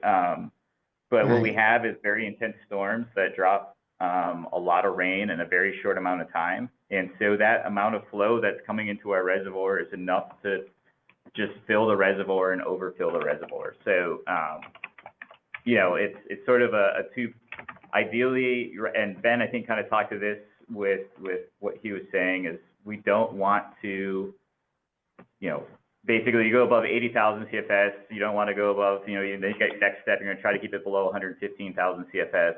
There's just such a quantity of water that's coming through the system that the reality is, if we can't capture it upstream, it's got to be routed through. And so, this section of the American River, right, we're just connecting what's coming from the Folsom Dam to the Sacramento Weir downstream Sacramento River. It's sort of the hand we're dealt on that. It's the whole bathtub analogy, right? When too much comes in too fast, you can't save it all in the reservoir. So even in those upstream storage areas, it wouldn't help. Well, Brenda, I'm going to cut in. I think quickly what was made reference to in addition to Folsom Reservoir, which is regulated, as they're saying, for water supply and flood control, there are a series of reservoirs upstream of that that are regulated generally for power and water supply. I'm not an expert on those, but I think that's what Ben was referring to when he said they aren't regulated or operated for flood control purposes. Yeah, But see, I think that's okay. I just think that that's a fundamental thing that could be worked upon. That's something, I'll add that to a future agenda. There are discussions about how do we increase the benefit of those even more. So let's put a pin in that for a future discussion and get the right people around the table. So thank you, Brenda. I'm going to move on to Chuck Watson. Chuck, welcome. Yeah, thanks, Greg, but why don't you take Tom first and I'll follow up. Oh, you had to do that to me. Okay. Tom Biglione, welcome. And Tom, I think there we go. Now, all right, I found the button. I'm familiar with Zoom, but this is a new arrangement. Welcome. Greg, actually, William, I walked along the north side of the river by the Campus Commons Golf Course, and that upper terrace, it looks like it's been ripped, but it hasn't been ripped to 18 inches. When I put a soil probe into it, I could barely get 1 inch into the ground at 300 PSI. And I randomly walked along and tried many different areas there. That just looks like it's been done, but it hasn't. It's hard as a pool table. If you were on the golf course, so the year one did not get ripped. That was some teeth. The year two area that did get ripped, that 12-foot area. Because I watched the guy drive his. I watched him do it. I mean, because I stood there and said, "You need to do that," and I watched him do it with his grader, with his teeth down in the back. But and that was going to be a follow-up question I had for you, Tom, was where you were looking at out there. But to that point, we have, on subsequent contracts moving forward, we've really improved our spec language for our requirements to a contractor and what they're going to have to do in those areas. But we did have them rip it.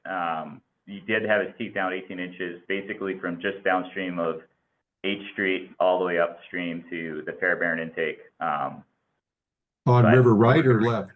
River Right or left? On River Right. Right. Yeah. Okay. Well, I'll let it I'll let it go now in the interest of time, but I'd love to chat further with you about that and maybe revisit those sites. Also, Yeah, I'd like to know at some point how I can review the re-veg, not the re-veg, but the finish spec, the specs for finishing up on the project and decompacting the soil to see if there's not some specification language that would allow us to go back in and, you know, remediate the work that could have been done at that time to really get soil decompacted down to a 24-inch level. Because the areas that I've walked and sampled, they're hard as a rock. That's why the water pond's up there. Okay, thanks. Okay, thank you, Tom. Uh-huh. Chuck Watson, back to you.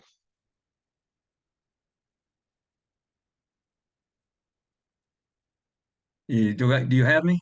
Yes, we hear you Okay, loud and clear. I just want to follow up some good news first. Just wanted to extend Brian's comment about backwater. This year, the Sacramento only got to 23 feet plus or minus, and we only had about 6,000 CFS in the river. But there was observable backwater influences all the way up to the top of project site 4-1. You could see it in the vegetation, and you could see it in the changed hydraulics. So it goes well above a Howe Bridge.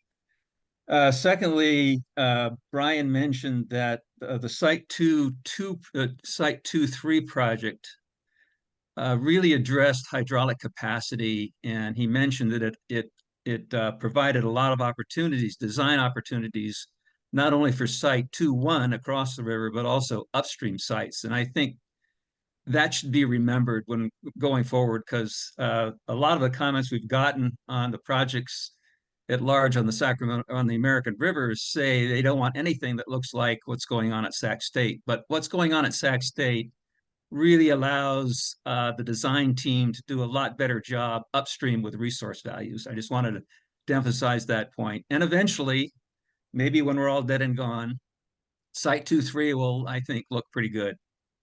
On the other side of the coin, I just wanted to go to slide 16, if you don't mind, or 17. 17 is probably better.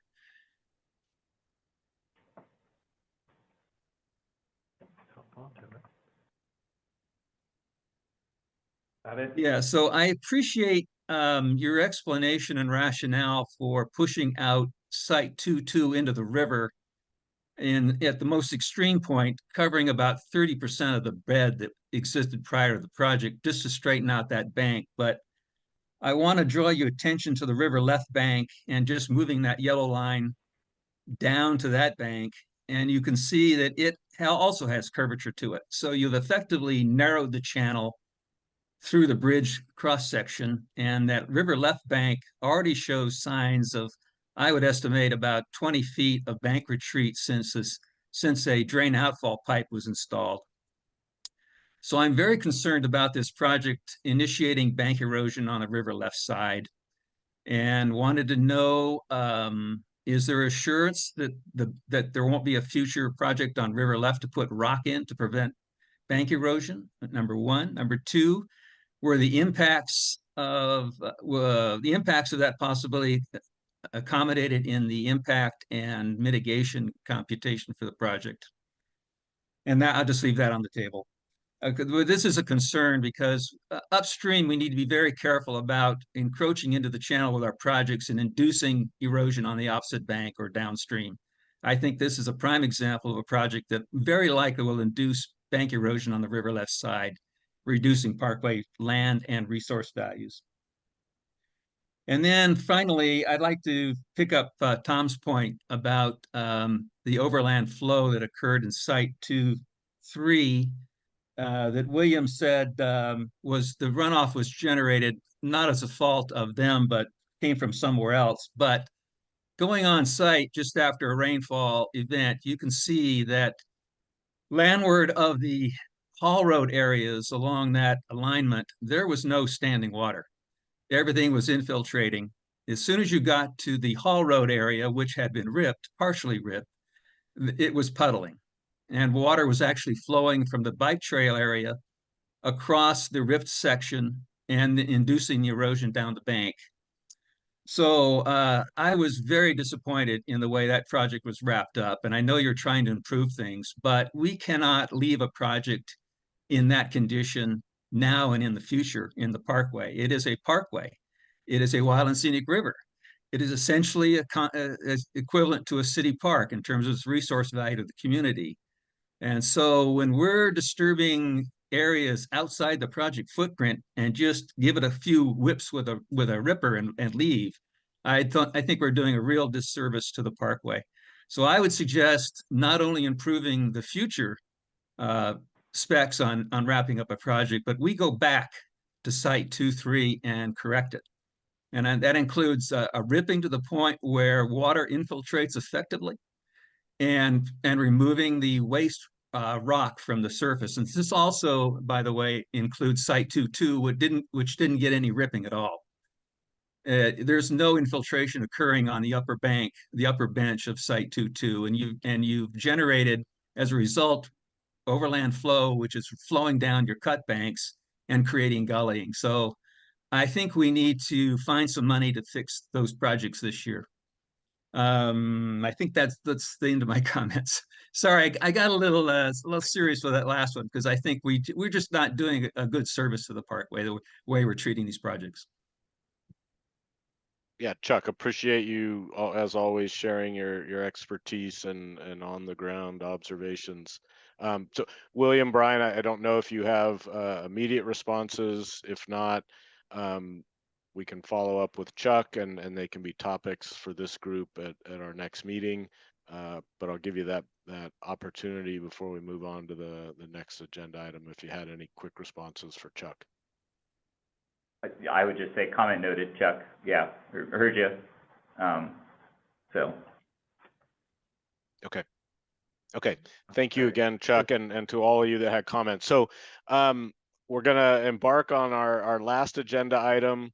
Again, it's we appreciate everyone spending their time with us, and we're sharing out information, and when we're very appreciative of the comments. We're behind on time. I apologize for that. So we're gonna squeak as much of the presentations in here and still allow for questions and comments. And I will begin planning the next meeting so we can continue this valuable dialogue. So with that, Brian, I believe you're up first on this next presentation.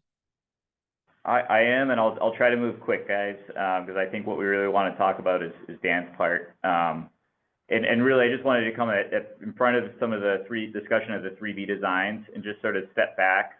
You know, as we're watching these comments come in from the community and looking through there, you know, there's maybe some foundational misunderstandings about what we did or why we did or what's the tools we're using. And that's really what I wanted to sort of address today, was just, you know, quickly ahead of Dan, just, hey, there's some foundational questions that maybe we can talk to before we really start getting into the designs and why the designs look like they are or where they are. You know, the first one is, yeah, we're using a 2D hydraulic model to do this work. It was developed from post-2017 events, topobathymetry. So CBAC went out and gathered topobathymetry.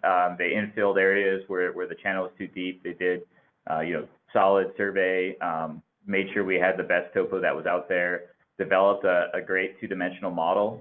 It's calibrated to the 1997 event. So essentially that means when they put the model together, they made sure that everything would match to a 1997 event. And then we do what's called model verification, where you run the model now for the 2017 high flow of 80,000 CFS. And okay, the model was set to match 97. When you run it for the 2017 conditions, does it match? And it matched. When you run it for the 1986 event, does it match? And, you know, yes, on that one, but again, 86 is a really big event. We've also had a lot of vegetation roughening up in the parkway. But yeah, it matched and appropriately, I would say, to that. You know, where there was differences, they could flesh it out, and you know, it's a good model to match those high flows. And the key thing about this, right, it includes the effects of vegetation. So vegetation is included in these 2D models. It shows up in the results. It's one of the considerations why we use this model. been peer reviewed by the Hydrologic Engineering Center, basically the guys that make these models, that put them together. The Gary Bruner, the guy's done it, you know, he's reviewed the model, as well as, you know, a bunch of other experts. I think Dan's got a great slide on the 100 or so people who've reviewed this project. And it's given us very detailed hydraulics. So, you know, 20-foot grid spacing about every 10 feet, right? We played with that grid spacing. You make it smaller and smaller and smaller until your results aren't changing at all. And you kind of settle on a good value. So, you know, essentially we're getting detailed hydraulic information about every 10, 20 feet along the channel. You know, actually it was 7 years ago, Tim made me do a presentation for this group and explain numerical models and how they worked. And I felt bad for you guys that you had to listen to me babble through that, you know. So kind of a couple of key things that, you know, in the comments, I see sometimes references to 3D hydrologic models. I just want to point out these are hydraulic models. Hydraulics, you know, the study of the flow, depth, velocity, pressures in the flow, hydrologies, rainfall, how it gets to where it's going, how it's routed. That's just from a guy who spent a lot of years playing with hydraulic models. Key thing, right? All hydraulic models, they're just numerical approximations of physical processes. They're all solving the Navier-Stokes equations. That's this giant nonlinear set of partial differential equations on the right here. They all solve the same thing. Those are the fundamentals of a hydraulic. It's just sort of what sort of model assumptions are going in there. Are you talking about 2D effects or 3D effects? You know, how are you dealing with some of the turbulence in there? Right, if you're the difference between a 2D model and a 3D model is, in a 2D model, you're assuming a lot of these vertical velocity components are sort of a net zero or negligible, which in river flows is sort of a fair assumption to have. You know, when we come down to model selection, something we talked about the last time, right? When we're selecting what's the right hydraulic model to use for a project, it really comes down to like what's the question being asked, what's its scale, what's the dominant process that we need to understand to address this issue. What sort of information do we have? Can we build a model, a good model with good information? Or are we going to build a really detailed model with sort of bad information, right? So we're talking about numerical approximations that are based on our assumptions. You want to read, you know, a really detailed model based on bad assumptions doesn't necessarily get you good results. And so, you know, 2D models, they've been around for, you know, 20 years. The information we're getting from these 2D models is comparable to the empirical and laboratory data that we have on erosion, right? So shear stress is how it's computed in a 2D model, velocity is how it's computed in a 2D model, is comparable with our literature and with our laboratory methods for how we estimate shear strength and shear stress and erodibility of soils. You know, and that being said, right, it gives us this nice 2D map of these hydraulic values, and it does include things like channel roughness and vegetation and topography. So some of that discussion is just born out of a number of commenters have recommended that we read these papers that were done by Kevin Flora. You know, this image over on the right over here, being one of the key things they point out to us that, you know, look at, here's a model that doesn't have velocity in it, or doesn't have trees in it, and you have higher velocities on the overbank. Here's the model results with a model that does have, and you see the slower velocities on the riverbank and higher in channel. So the key thing about this, right, this is comparing a 3D model with vegetation to a 3D model without vegetation.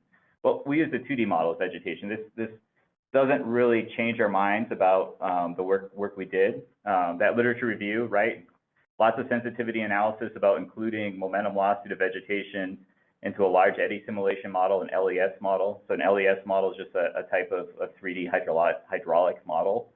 But the literature doesn't really include discussion of 2D models, why their inherent limitations wouldn't be applicable for bank protection or bank erosion, or why these 3D models and sort of this additional information would be relevant relative to 2D models.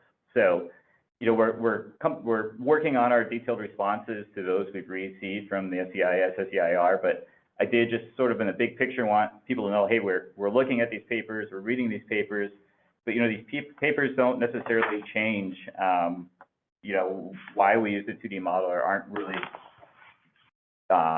you know, make us reflect or think we need to change models just based on information that's in there. Kind of the other key thing that we see come up a lot in the comments is, hey, you know, guys, trees on riverbanks, you know, provide erosion protection. And So number one, I want you guys to know that we know that. That's true. That's Site 2-3, right? We're trying really hard to use vegetation in the right place to hold the banks in place. Yeah, their roughness, they slow velocities down, they reduce shear stress. The roots provide additional cohesion to the soil, they increase erosion resistance, right? They hold things together, increase the stability of the bank. But they're also limited in where they're applicable. So, you know, tree roots don't extend more than a foot or two below the summer water level. If trees were to fail, you know, our parkway, for the most part, we've got very erodible soils that is covered by vegetation and held in place by vegetation. And we sort of reach into this, if that vegetation fails though, now we've got highly erodible soils exposed to high shear stresses and velocities. And so, you know, and we see trees fail, right? We see trees topple, where, you know, they act like a sail in a high flow and they get the flow against that tree and it pushes it over. And we see them get undercut on the bank line where you get erosion below, the tree or where the tree roots are, and the tree tips over, right? So here's just a couple examples of that from 2017. Again, you know, tree on the left, likely, you know, high flow event, it was up here, it pushed it over, it pulls up its root wad. Tree on the right over in the golf course over some sandy material, right, tipped over. You know, things to point out in both of these cases, right? Now you have an obstruction, you've got some place for some erosion that can start around these tree roots and expose these. And so, you know, this is also not to say that everywhere there was trees, we said, oh, those will all fail or those will all go away. This is mostly just further discussion that, you know, the tree situation is nuanced, and trees in the right situation are great. Trees can be limited in the protection they provide. And we tried to go through really blow by blow at different locations and really address, well, is there a risk here? How much can we trust that tree? Kind of go real quick back to Bill's comment in the beginning about, you know, seeing the parkway at 80,000 CFS and seeing how there's, you know, very limited flow in the overbank. But we got to remember, when we're talking about 115,000 or 80,000 CFS, right? We're talking about another, whatever that is, 55,000 to 80,000 CFS on top of that. And so, yeah, these trees, you know, that tree might have been stable at 80,000, but more flow, higher velocities, that whole tree might be underwater in cases where now we're, rather than the push being closer down to the stump, now we're leveraging even higher up in the canopy to tip these things over. So yeah, just a bigger sail out in the wind. And so, you know, those aren't to say that every tree we said was going to fail or anything like that, just trying to acknowledge that, you know, past performance, we kind of have to caveat it as we sort of look into potential big pictures. We kind of need to think about where their trees are, and if they were to fail, is there a likelihood they could fail, and what sort of the impacts of that might be. Taking 2 steps back from there, again, going back to the foundational, yeah, 8 years ago, when we started giving these presentations to the Bank Protection Working Group, I was young and innocent, and now after 8 years in the Army Corps, I'm speaking in all these 3-letter acronyms like PFM. I just expect people to know what that means, but probable failure modes is what a PFM is, and that's the way we talk about, well, what are probable ways a levee could fail? And so, you know, probable failure mode number 1 is the levee gets over tops, and number 2 is we could erode away the levee, and on. There's, you know, under seepage where flow goes under the levee and the levee falls down, or flow goes through the levee and the levee comes out. So, you know, we've addressed number 1, although it still remains a constraint for the project. You know, Site 2-3 helps us a lot with that constraint, but, you know, it's a consideration in all of our designs is making sure we're not going to cause the system to overtop any sooner than it needs to. You know, seepage failures were addressed with the seepage walls being in place. And, you know, we're really focused now on the erosion, making sure we keep this levee in place and keeping that seepage wall in place so it doesn't fail. So just again, this is going to be maybe a second part to Bill's comment here. So PFM2, erosion of the levee. So that's where we talk about erosion up here on the levee face, and can it erode into the levee or erode away this levee to the point where we get some overtopping, where we get a section here that maybe is, you know, we get seepage or it gets pushed over and we have failure. That's what we call PFM2. Most of our projects are concerned about PFM3, which is erosion into the levee foundation. So, you know, this levee is sitting on some dirt, we've got a bench, the river's way over here. With levees, we typically think about this minimum levee template or design, this engineered pile of dirt, 2-on-1 back slope, 20-foot top slope, and a 3-on-1 waterside slope. And we'll oftentimes extend that 3-on-1 waterside slope down to say, this area under here, this is the levee foundation, this is the material the levee's sitting on. And hey, if you get erosion and you can't even get into there, then hey, this levee's fine. But if you have erosion, it gets in this levee template, you got to start thinking about what's the stability of this levee. Do you have to worry about mass failures or sliding into the water? Things to remember, right? This 3-on-1 template goes down. And so in a lot of these places, we have a bench that's 50 or 80 feet wide, but then we've got like a steep 20 or 30-foot bench that's going down on a 1-on-1 slope or a 2-on-1 slope. And even though it looks like the levee's a long ways away from you over here, you're actually still really close to some of this material that could be considered the levee foundation. So that's PFM 3. You know, you get some erosion of this bank, maybe you lose your bench a little bit. You don't lose your whole levee, maybe you even just, you know, don't even lose what I showed in this cartoon here. But you get it to the point where now you can have a mass failure or something that slides in. Maybe you've eroded to the point where material starts to slough off, where you have your seepage wall and your seepage wall collapse. So that's sort of that's the PFM 3. So how did we look at this, right? So you can't say, it's really hard to look at one section of levee and say, oh, this is typical of miles or not miles. What we did is we broke the levee down into 81 individual segments. The segment is a section of bank line that's got a similar revetment design, similar vegetation types and vegetation coverage, similar bank heights, similar bank slope, similar bench width, similar soil properties on the site, and similar hydraulics acting on it. You can see in some of these places, we got pretty granular. We're down to maybe 1/10 of a mile, 2/10 of a mile. Some places we said, yeah, this is all more or less the same. And we went with some longer approaches. And basically that allowed us to look and analyze each one of these sections with, okay, where are all of these conditions the same? Let's talk about whether or not that's a risk. So next step, sort of breaking down this erosion by process.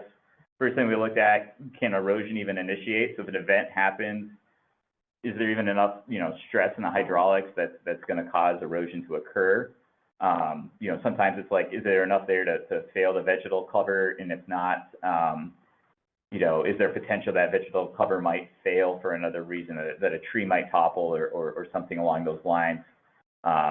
You know, once it initiates, can that erosion progress? Can it actually progress into the levee? Is there something we could do, some sort of flood fighting activity that would likely occur that we could stop that progression? And then finally, you know, okay, so then it does progress in the levee. Is the levee actually going to fall down? Who cares? You know, is the levee actually going to fall down, or is this not a big issue? And so, you know, is there a potential for mass failure? Is there potential for with the loss of levee width that we could have some seepage through the levee? Again, we did this, basically we did this sort of in a two-phase approach. The first phase was what we called an expert opinion elicitation. It was driven more by the non-federal sponsors, local experts in, you know, geotechnical engineering, hydraulics, ecology, geosciences, augmented for the contract foresight with some of the national experts from the Army Corps who've worked on these sort of projects nationwide. Get together and, you know, we went blow by blow through each segment, discuss the conditions at the segment, walk our way through basically that flow chart of, is erosion really going to initiate here? Okay, if it did initiate, is it really going to get into the levee? Okay, if it gets into the levee, are we really worried about the levee falling down? You know, so we spent days, Greg locked us in a room at ICF. We spent days going through all this information. And it ultimately came up with a recommendation from our experts based on their expert opinion, discussion, review of material of, hey, these are tier 1 locations, you got to fix those are unsafe. These are tier 3 designations, those places aren't an area, don't worry about those. And some tier 2 locations, which were, those might be an area of concern in the long run. So we completed that work in 2019, started doing some initial concept designs that we eventually handed off to the Army Corps, the track. We worked on that. We eventually ended up some concepts to Army Corps in 2020, and Dan Milkey's going to talk about those following up next. After there was that handoff, there was a more formal baseline and risk assessment that was done by the Army Corps. that was completed throughout 2020. So they've got a specialized risk group called the Risk Cadre.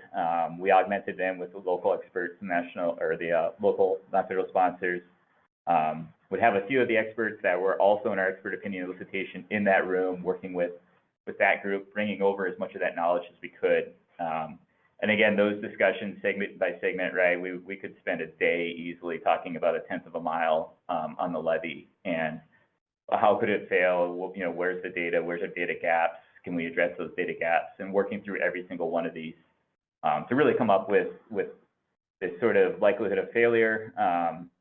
And then the Army Corps headquarters, the brass, you know, they look at those end results and say, okay, you know, those sites need to be fixed and those ones don't. And for the most part, right, those two assessments lined up. I think all the tier 1 sites from our initial group are getting fixed. There's 1 or 2 other, I think, small sites. Site 4-2 kind of fell in the bucket, looking at likely doing a little bit more to augment the existing revetment that's out there. Contract 4A under the 160 bridge and the downstream, again, was a tier 2 site. And you know, after the Army Corps review, we identified that one as maybe needing a little bit more work. But essentially trying to leverage as much as we can, develop the information to answer these questions from the phase 1 to phase 2. We did do additional work and analysis to try to dig in on some of that uncertainty. And you know, generally these two groups aligned with those sites. So I was just going to end this real quick with some of those conditions we talked about in that site selection, and Dan's going to run from here with, you know, a lot more of the background and the design of how this came together. But you know, site 3-1, so that's between Howe and Watt Avenue on the north bank, right? Some of the things we saw out there, very steep and tall banks. The levee prisms actually pretty close, within about 40 feet of the bank toe. So within where we felt like in an individual event, we could cut into some of that. We're already seeing signs out there, some of this vegetation being undercut, some unstable banks. And obviously the site 5, one of the first repair sites that Tim had talked about from the late 90s, shared a lot of very similar properties as far as we're going through the segments of soil types and hydraulics and you know, what those conditions were, which kind of led us to some of these to say, well, hey, there's a past performance of very similar site conditions. Like same thing upstream, site 4-1, again, it's PFM3. We're worried about erosion into the levee foundations at most of these places.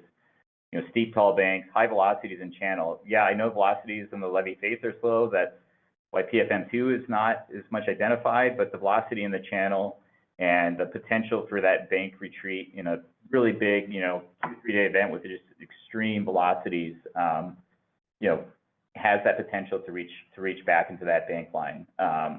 And you know, places that bench is 20 feet. I know we're talking mostly at Larchmont Park. That's up to maybe 50 feet, a little wider. Downstream of there, again, much narrower.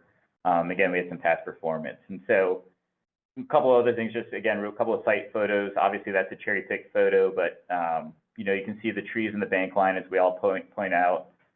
This was still relatively high flow. So I'm just wanted to, right, there's trees in the bank line and there's always some distance between there that maybe doesn't have that root mass. And is that where erosion starts or not?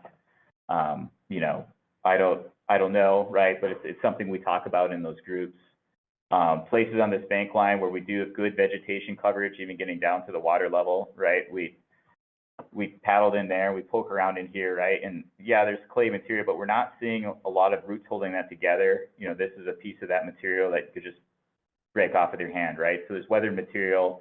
That weathered material is likely to erode in events. You know, I think we did gather some additional soils information throughout the design process in that area as well. But again, some of these considerations are coming through and we're talking to about these sites and we're working through our process of, you know, what does it look like out there? How comprehensive is this? Where's sort of these potential to failures? So I'll hand this over to Dan, unless Greg, you want. No, let's tee up Dan Milkey, who will speak next. And I do want folks to be, I saw that Bill Bratton's hand was already up. We're going to hold off until we get to the end. Time is tight. So one thing I'm putting out there is I want to continue to welcome you to put your questions in the chat. if we're not able to get to them today, that gives us a building block for the agenda and topics for our next meeting. So just keep that in mind. But with that, welcome Dan Milkey, and please take it away with your presentation. Well, thanks, Greg. Good afternoon, everyone. I'm happy to connect again with this group. My name is Dan Milkey. I'm the technical lead from the Corps for Contract 3B. Some of the content I plan to go over today will expand on previous engagement from early last summer. I focus to have a discussion, allow this group to understand the design approach, essentially how we arrived at our proposed designs. Unfortunately, I do have a lot of slides. Brevity might not be my strong suit, but hopefully this content is helpful for background and discussion. And just thanks for hanging in there, knowing that this is a 3-hour meeting, and I appreciate the discussion so far. So with that, I'm going to share my presentation here. Oops, let me pull that up.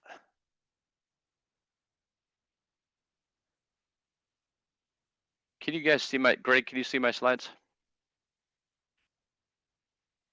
Yes, I can. Perfect. Okay. So appreciate Brian's discussion. As you heard from Brian, he provided an overview of efforts determining the need for design. There's a whole slew of information that went into that, and I appreciate that good work. I will focus on our efforts since late 2019 that focus on design solution, design execution, and essentially the iterative process for us to arrive at the design we have today. Let's just a quick start with the overview of where Contract 3B is. So I know you saw this figure previous. It's upstream of Contract 2. It's tied between Howe Avenue and Mayhew Drain, shown in the green line work. Zooming in, this figure shows you the current 3B footprint at the 95% design phase. Shown areas shown in green, yellow, and blue represent the footprint, which is approximately 13,000 feet in length, broken into 3 project sites, 2 on the north and 2 on the south side. Work is proposed between Howe Avenue to Mayhew Drain.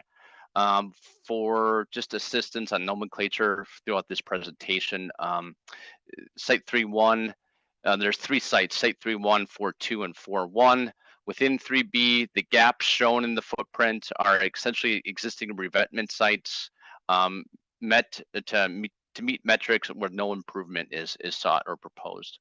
So before I discuss the kind of the design process applied and get into that kind of the meat of the discussion, I wanted to start off with an overview of a typical design feature, just for a discussion and as an example.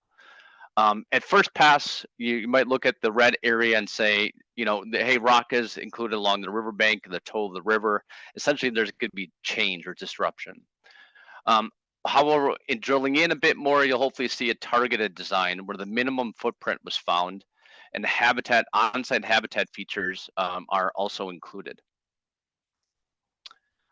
Using this cross-section again as example, what led to this design and what are some of the key questions that were examined?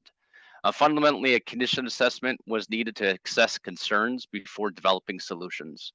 So let's go through just a quick exercise to kind of break this down. Okay, so starting off with kind of engineering elements, let's talk about some of the geotechnical and geological concerns.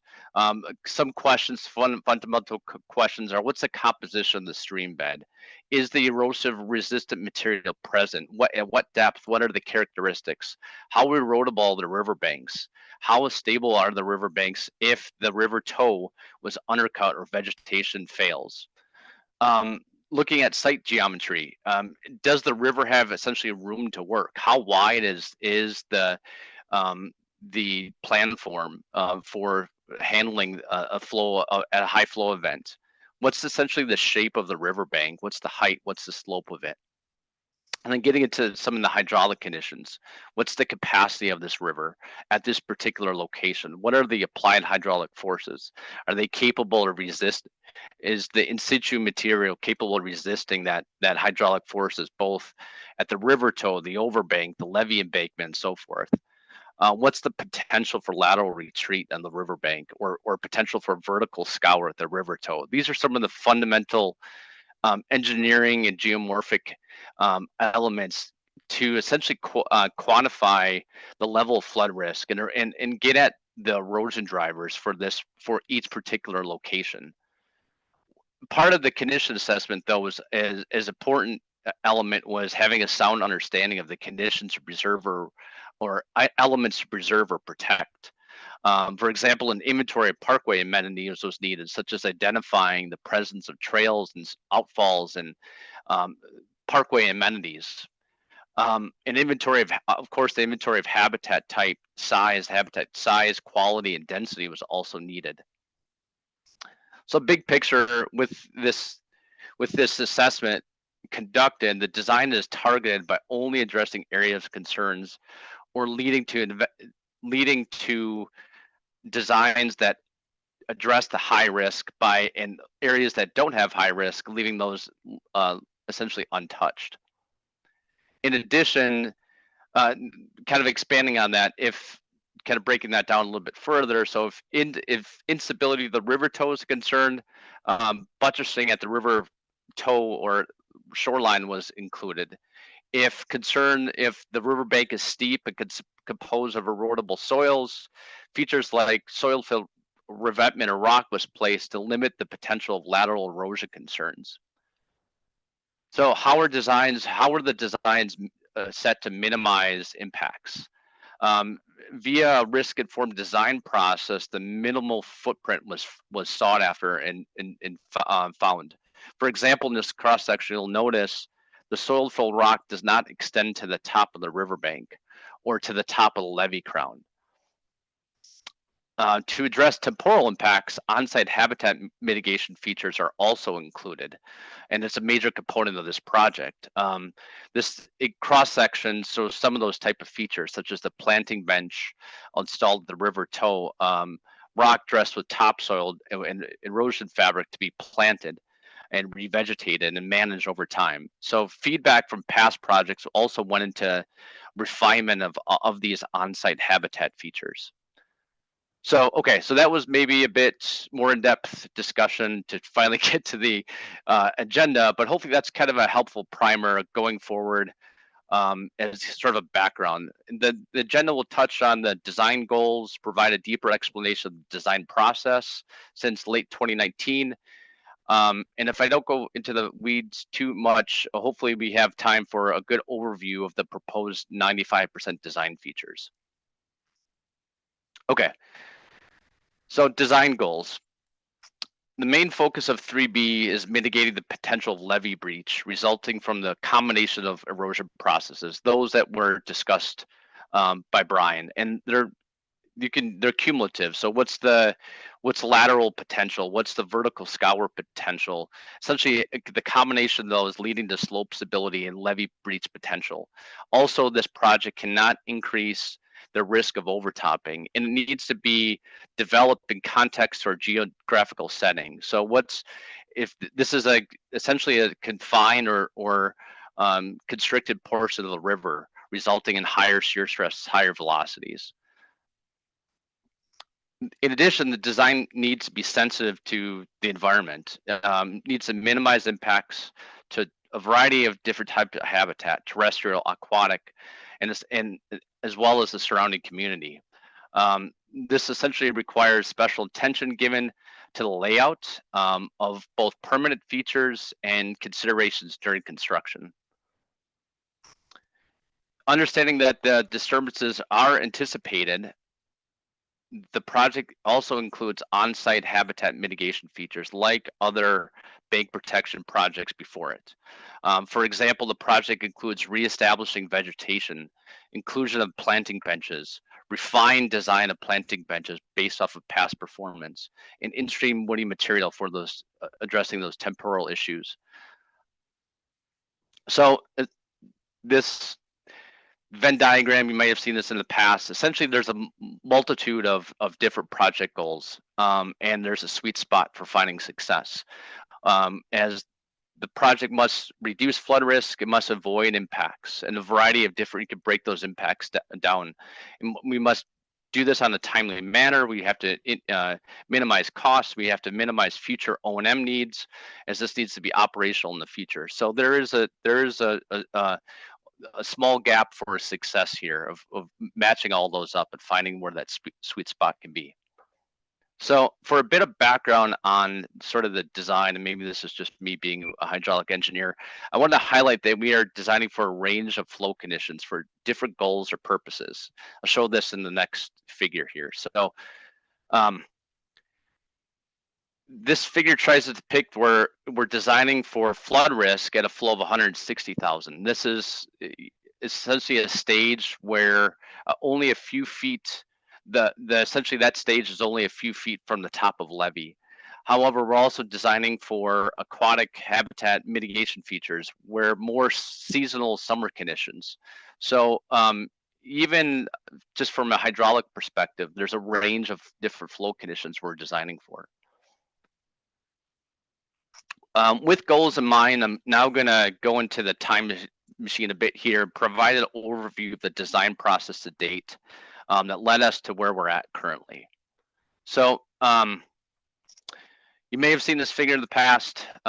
Essentially, it's a culmination of our good work in this body's involvement as well. I'm going to focus on efforts since late 2019, noting, however, much work and effort occurred prior. That was leverage, and some of those that Brian previously presented on. So, okay.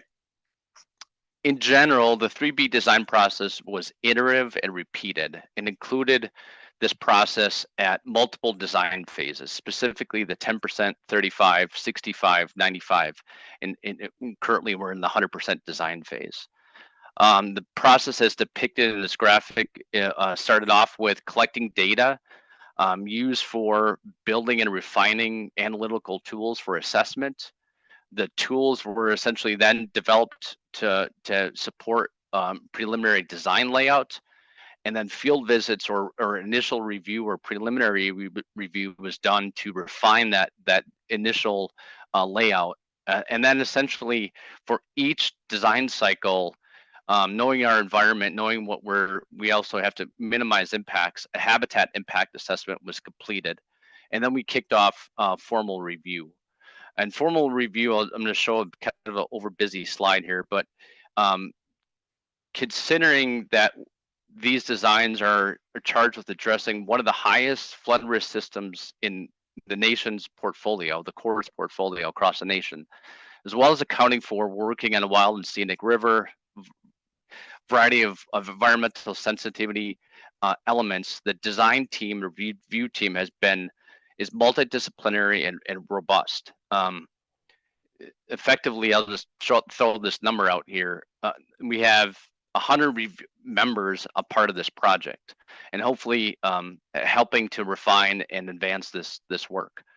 I know you might get a little bit cross-eyed kind of looking at this, but the main point here is the design team includes multiple engineering and environmental disciplines, including with research centers. Multiple review teams are also included to provide input on design solutions, identify fatal flaws along the way, and suggestions on means to refine the design.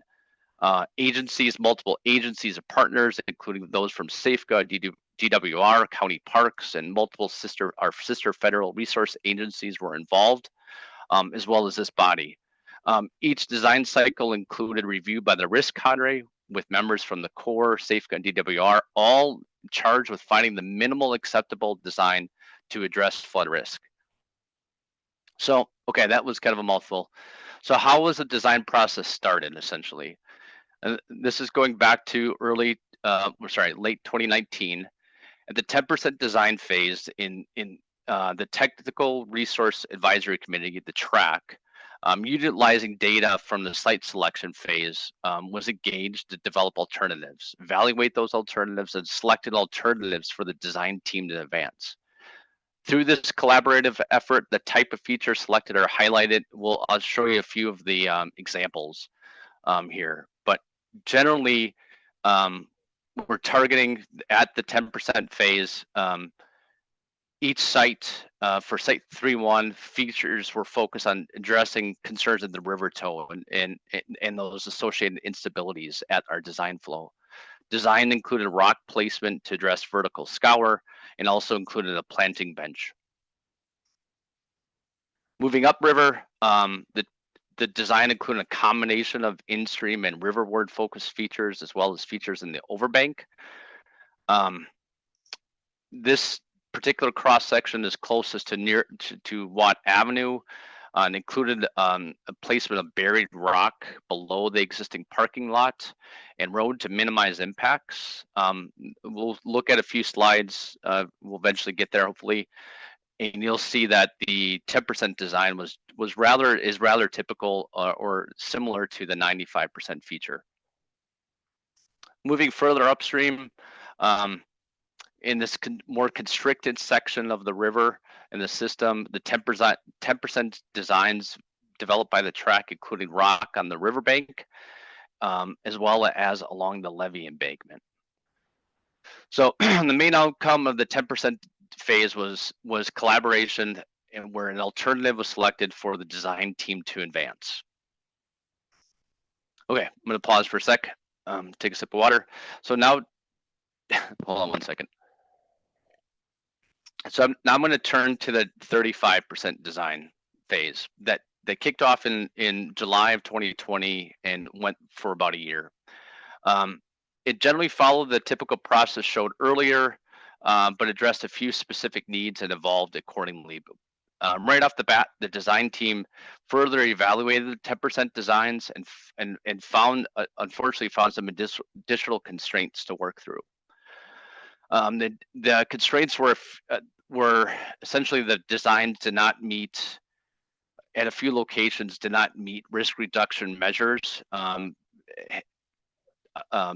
identified through the risk-informed design process, as well as the designs resulted in unacceptable stage impacts, capacity conveyance issues. Nearly concurrent to identifying those design constraints, the 35 design heavily involved data collection efforts at the onset.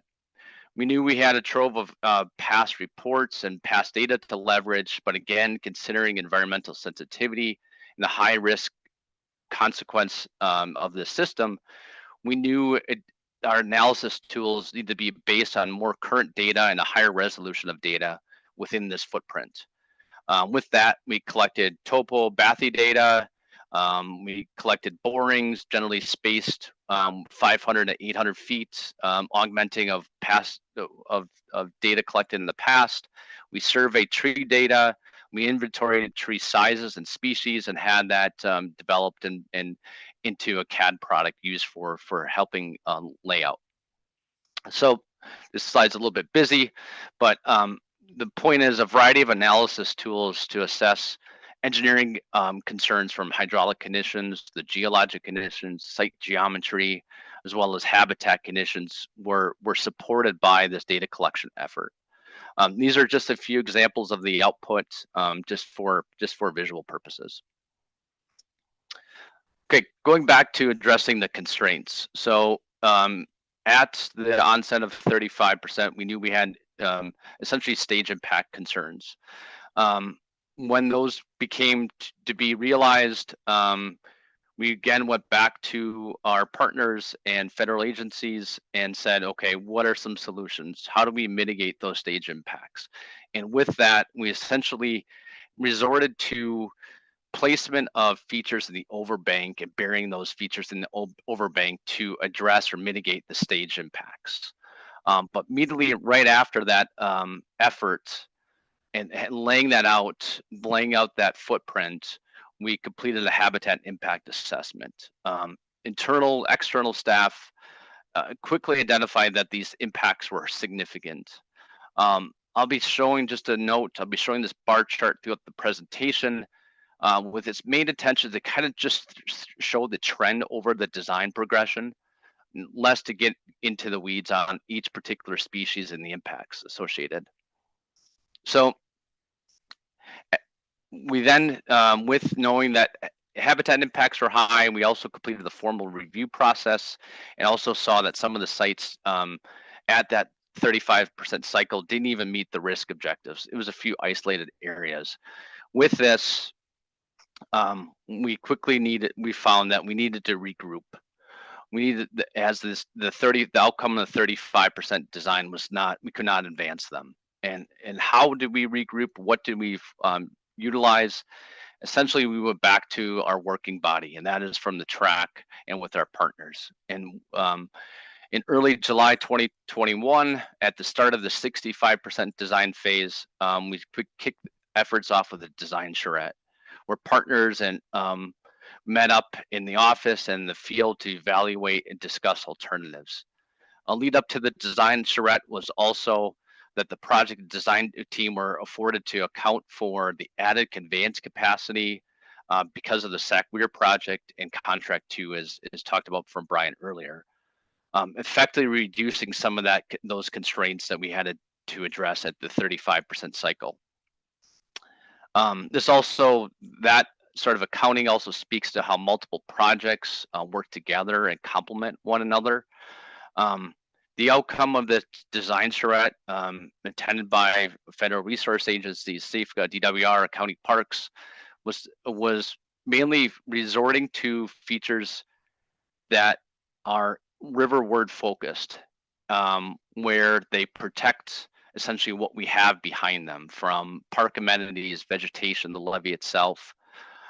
And prior to getting to that step, coming out of the design charrette, we went through, essentially laid the concepts coming from that charrette out, went through a preliminary review phase to kind of tease out fatal flaws before advancing those designs further. And general recommendations were made, but no fatal flaws were presented. So we also knew that after arriving at the type of feature to advance via the charrette, we then focused on refining our analysis tools. We conducted a variety of meetings with partners on how to account for the ERM, the erosive resistant material, in design application.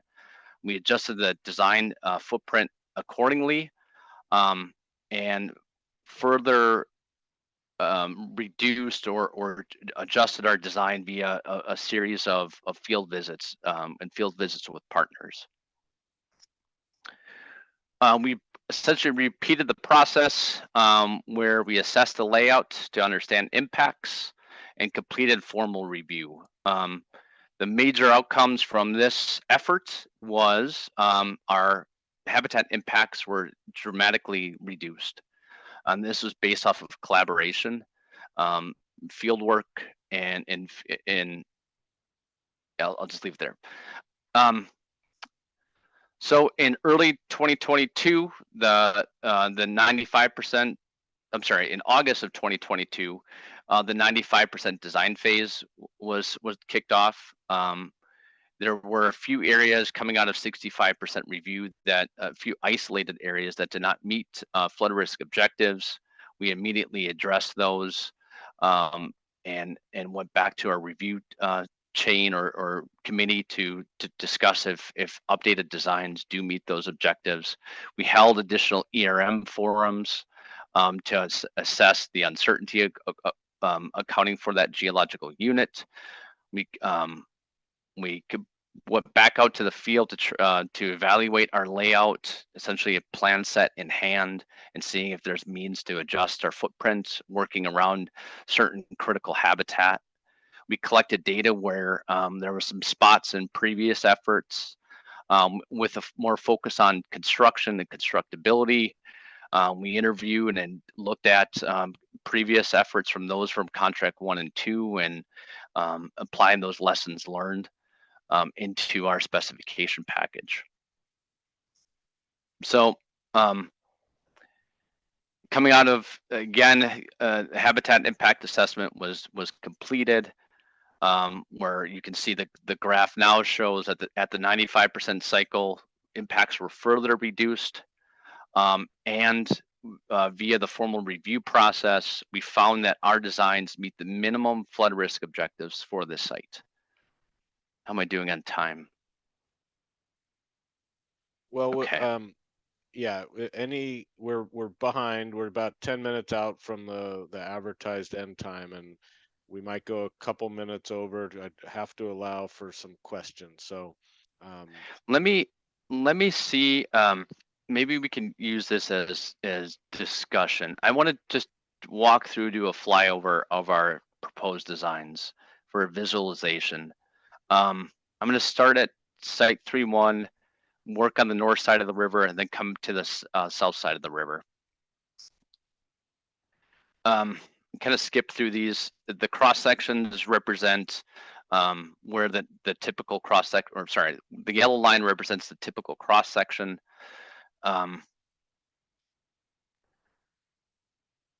This design is focused on buttressing the toe of the river and terminating the top height to minimize impacts above it. It includes revegetation, a planting bench, and in-stream woody material like previous projects, like contract 1 includes. Going back to this plan view, I wanted to point out to the audience that the green circles represent the trees not impacted by the project. We can move upriver to site 4-2 upstream of Watt Avenue, where work is focused on the levee embankment and levee toe. I'm going to kind of walk through these slides here. We collaborated with the county park staff to develop solutions to minimize impacts to existing trees and the regional bike trail. Sorry to be coasting through these so quickly here. Lastly, I know this is probably the heart of interest or concern. Let's talk about site 4-1. It's roughly 6,500 feet. Some attributes for this site include that this is a rather constrained section of the river with higher velocities and narrow overbank, and also has a high quality and dense habitat. So there's been lots of design refinement or attention for this particular area. Okay, just looking at starting downriver, working to upriver to Mayhew Drain. The yellow line here is referred to as segment 3-5.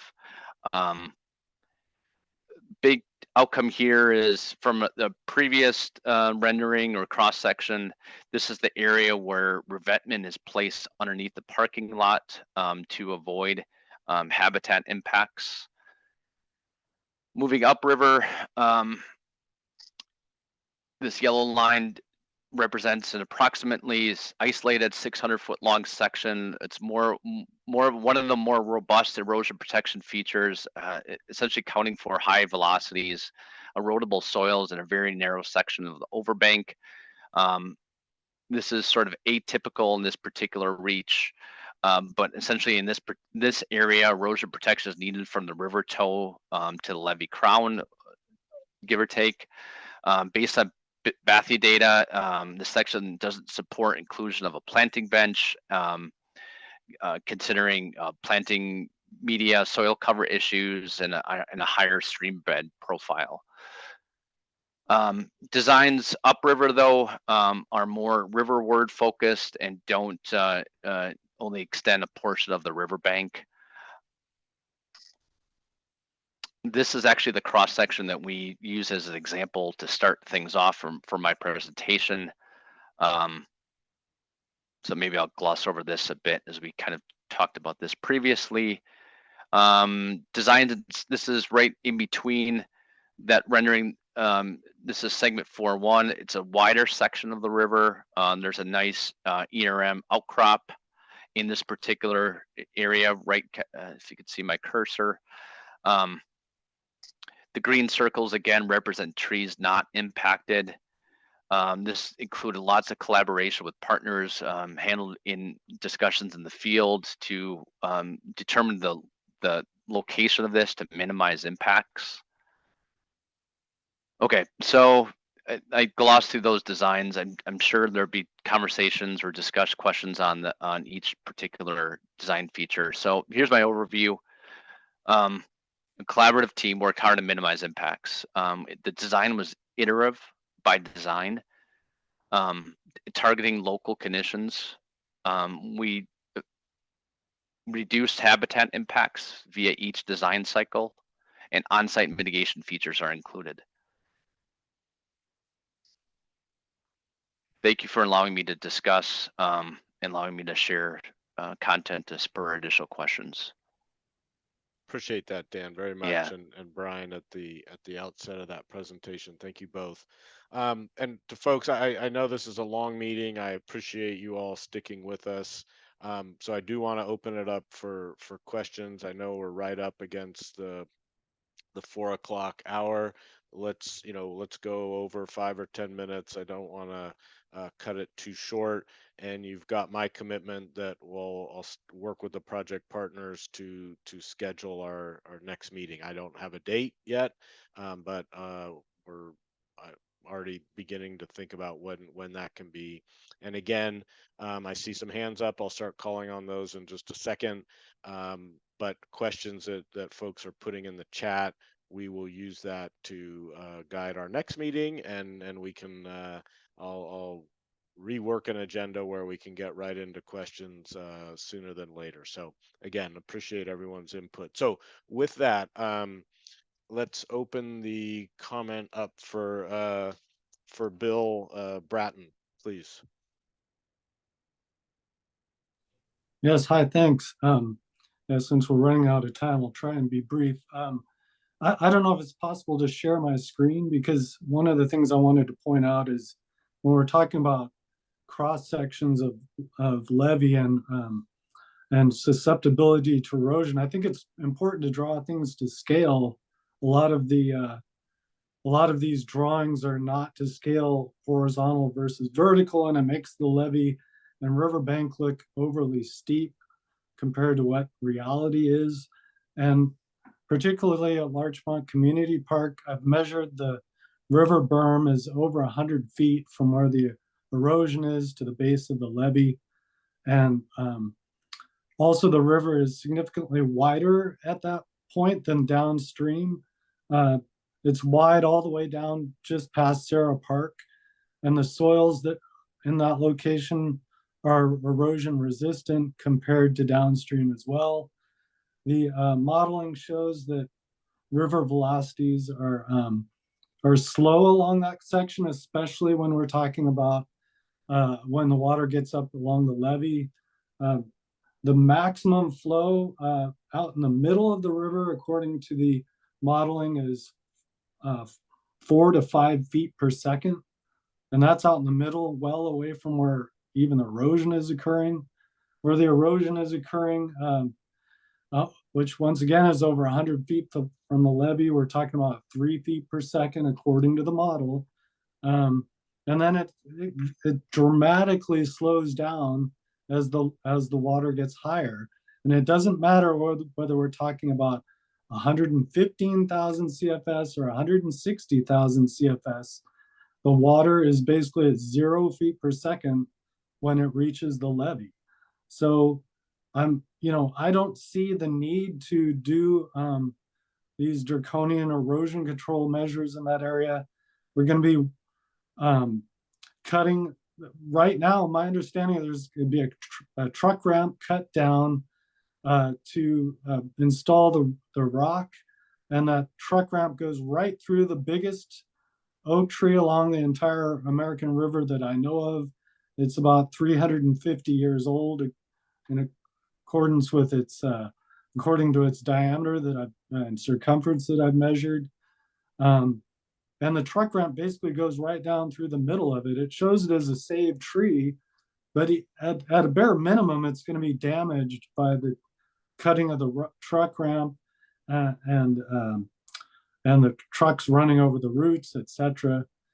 And then once you get down to the water, where we're going to be putting in the rock, we're going to be removing the existing soil and vegetation to bury that rock. That soil's very stable at the moment and has shown very good erosion resistance. And quite frankly, it doesn't need any, because above where the current erosion is occurring, the water slows down. So you're not going to be getting any erosion. That rock's just going to be sitting there in virtually still water. It's not going to be doing anything. And then this idea that when we get finished, we're going to be back to where we started with great vegetation and access to the river is false, because if you go just downstream to where the work was done in 2011, they put in the riprap along the bank, and then the vegetation was coyote brush. Well, you can barely even get to the river. There's one trail that's been cut down, and I just walked it a couple days ago. You can barely get through it. It's very dense coyote brush. And when you get to the water's edge, it's extremely dense on both sides. There's no room to do anything. You can't walk it. You can't fish there. You can't launch a boat or a kayak or a canoe. You can't get to the water because the riprap is blocking you.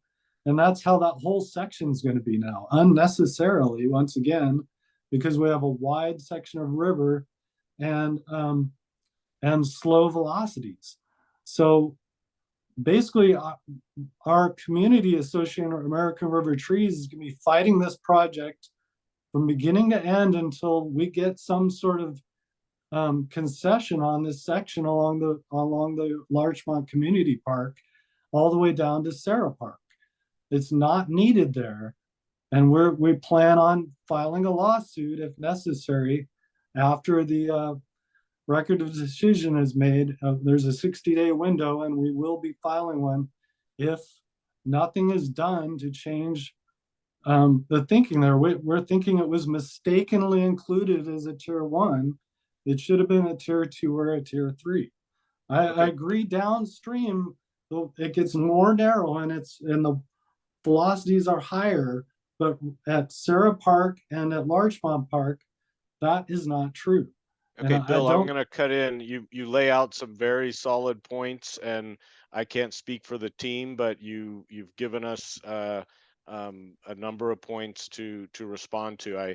In the interest of time, I think the team will need to respond to those at our next meeting, given their ability to do so.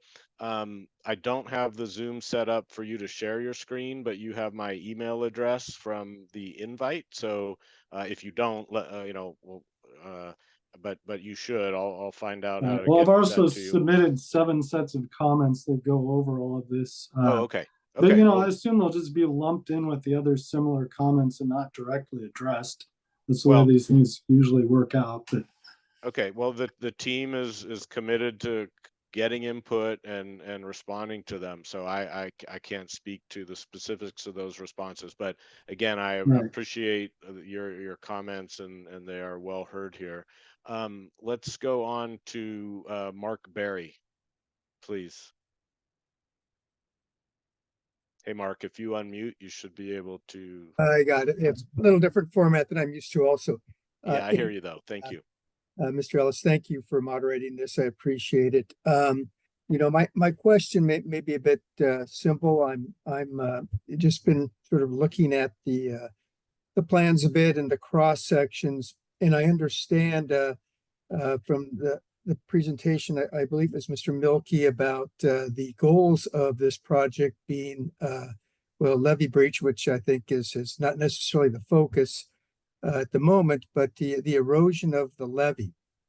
And like Mr. Bratton, I had little concerns with the cross sections and whether they are actually to scale. And sort of in that line of thinking, I was looking at several of the slides presented what's indicated as the riverside slope of the levee. I think it's a 2 to 3 slope. And when I look at what I understand to be the angle of incidence with that, and I can appreciate, maybe some of that needs some of this riprap or launchable riprap. But I wonder if somebody could address the question of why, if our concern is erosion of the levee, why some of these riprap sections are more involved with the river toe. It's a wild and scenic river. There should be some erosion of the banks as part of the normal process. So why do we have so much riprap going in along the river when, by what I understand to be the statements of this presentation, is not really needed for protection of the levee or erosion protection of the levee, but seem to be address other concerns. So that's kind of my question and comment. Dan, do you, Dan or William, anyone have a quick response on that, or is that something we would expand on at the next meeting? Greg, I think we can take that over here. Let me get the Okay. screen share going again. This is something that we kind of covered earlier and maybe it wasn't clear enough to make the connection. Go ahead, Brian. Yeah, so really, you know, a lot of these areas, right, we're talking about probable failure mode number 3, erosion of levee foundation, right, where this bank erosion actually cuts in and undermines the levee above it. And so, yeah, you know, on most of the river, this area is safe. It's just, there is a potential for that bank erosion, these steep banks, to sort of undercut the levee that's there. And that's why most of these sites are focused along the river bank, is it's the concern of, you know, that bank retreat. You know, we don't expect it to be everywhere and all at once, but there is a risk of it occurring and causing, you know, in these localized areas, causing a levee failure, if that makes sense. Yeah, Just to be am I really still, clear, when Brian talks about the channel over here on the right, this is where you normally see water flowing. It probably is going to look like it's a long ways away from the levee, but if you look at that template for the levee itself that has that 3-on-1 waterside slope, that slope is going out to the middle of the channel. And so when you start getting incision down into that channel, you start undercutting that template or that foundation that may look like it's a long ways away from that pile of dirt over near your house, but it still supports that pile of dirt over near your house. And that's why we have all these features out in the channel. Yeah, and I think that's, go ahead, Mark, I see your hands up, sorry. yeah, I guess, and I appreciate this sectional view very, very much, but, and I understand what you're saying, but I was just curious. Sometimes I think that bench is a lot longer than what's represented in this. So it seems to extend way well past this slope on the levee template. And so I just was, you know, that's my question and curiosity. I just think that should be analyzed, because part of the concern is maybe too much destruction of the you know, the qualities of the parkway and is necessary just for the erosion protection of the levee. So that's my concern. I don't think you can address the particulars right now, perhaps, but I am aware of that bench being extended much further than this diagram would represent. And I think, Mark, I think, yeah, we're showing a cartoon up here. I think what makes sense is our next meeting, we'll bring some actual cross sections from that site so we can talk to something real. So. Appreciate it. Thank you very much. And I should say, I really appreciate everybody's time and effort in this whole flood protection issue. You've done a tremendous amount of work, so thank you. Thank you, Mark. We appreciate that. Hey, thanks, Mark. Greg, do you mind if I add real quick? Just, I heard a couple conversations or concerns on the scale. If these renderings are to scale, they are to scale. They are more of a rendering to depict the work, but they are vertically and horizontally to scale. Okay, thank you, Dan. Good point. So we're nearing we're over time, but I've got 3 hands up that I want to commit to hitting as best we can. We'll go to Joe O'Connor, then Pete Spalding, then Jim Morgan, and at that point we're going to have to call it a day, and I'll begin working on the next date and agenda. So with that, Joe O'Connor, please. Yes, Joe O'Connor, Bank Protection Working Group and the Parkway Coalition. I'm just asking for clarification. I'm going to go back a few years, Bank Protection Working Group, when word came down from the Corps of Engineers that trees would no longer be allowed on or near the levee and the rights of ways on either side of the levee. And it caused a lot of excitement when you think about the Parkway, especially Contract 3B area. And I'm listening to the presentation now and the previous one, and it seems like that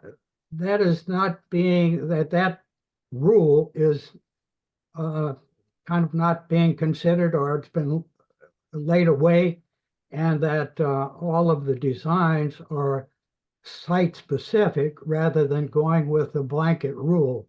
Am I understanding that correctly? That is a can of worms, Joe. I'll acknowledge that from my own experience. I certainly think it's a question we can take on in the big picture. I don't know if the team has an immediate response right now, but the vegetation on levees guidance has been a challenging one. It continues to be a challenging one. I can say we're not removing any vegetation because it's in the vegetation free zone.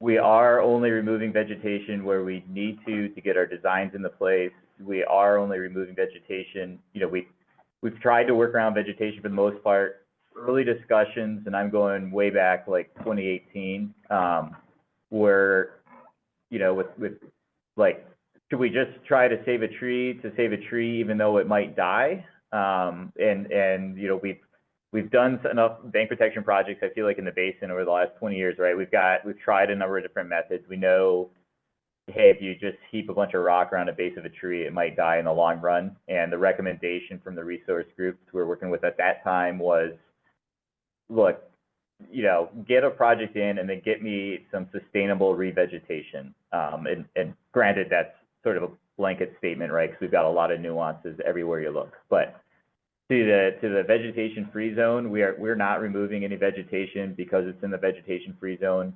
We're only removing vegetation if we need to get in there to get our erosion protection in place.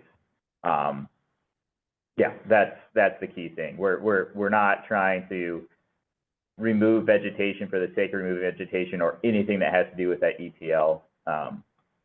So. Well, will that, are you saying that more trees may be removed because of the rule? No, Well, my knowledge, we don't have to, we're not doing that. What you're referring to there, Joe, is not one of the goals of this project. So this project is not attempting to remove trees for the purpose of clearing the vegetation free zone. Okay, yeah, the Safeguard put together 2 symposiums and worldwide attendance, or at least Europe and throughout the United States, experts.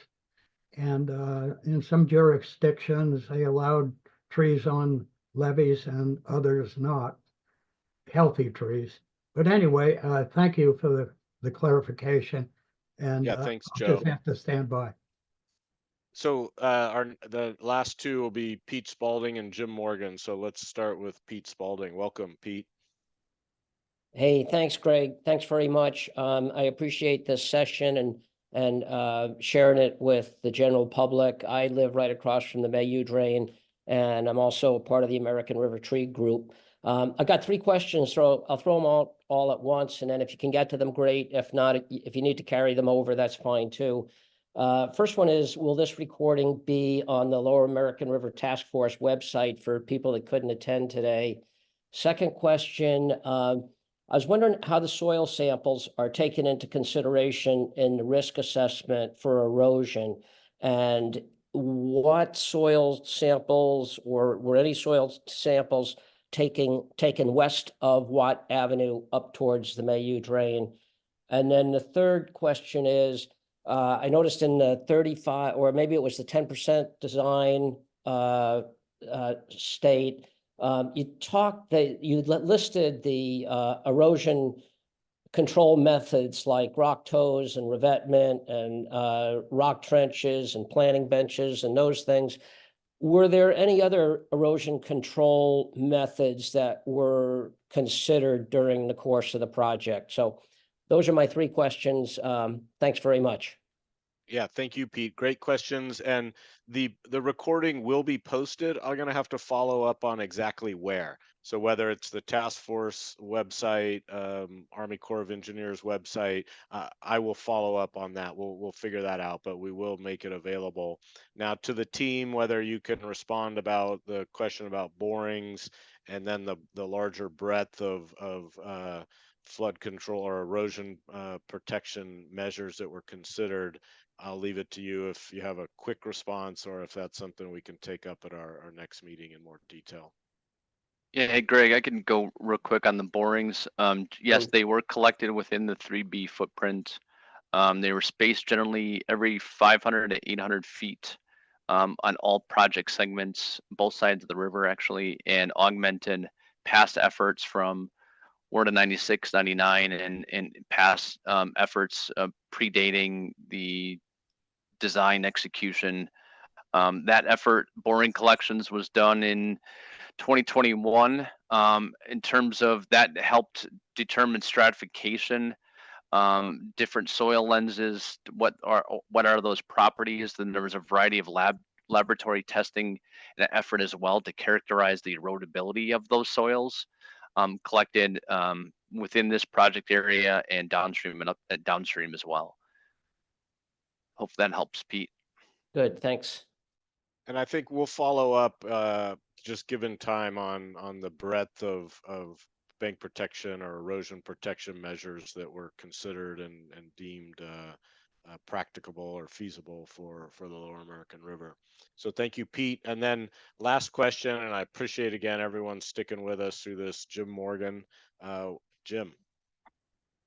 Yeah, just more of a comment for the next meeting of this. What I would really like to see is a segment by segment examination of why it's thought to be at high risk and why the particular designs there are the most appropriate for that segment. Okay. And sorry, I went into secret witness program here with the sun shining in through my window. But yes, we can put that on our radar, Jim, for the next meeting. Super. Okay, so again, folks, I really appreciate your time. I found it valuable. I hope that all of you did. I know that our team did a lot of presenting, and we did that in the spirit of valuable information, but we also want to make sure it continues to be a dialogue back and forth. So we've captured your comments, many in the chat. That'll help us shape the next agenda so we can continue the sharing both ways of the information. So with that, again, I want to thank everyone. We will follow up on where the recording will be posted. Got to figure out its size and what website we're going to place it on, and then go from there. So again, I want to thank you all, appreciate it, and have a great rest of your afternoon. And we'll be in touch with our next proposed meeting date. So with that, I bid you farewell, and again, appreciate your time.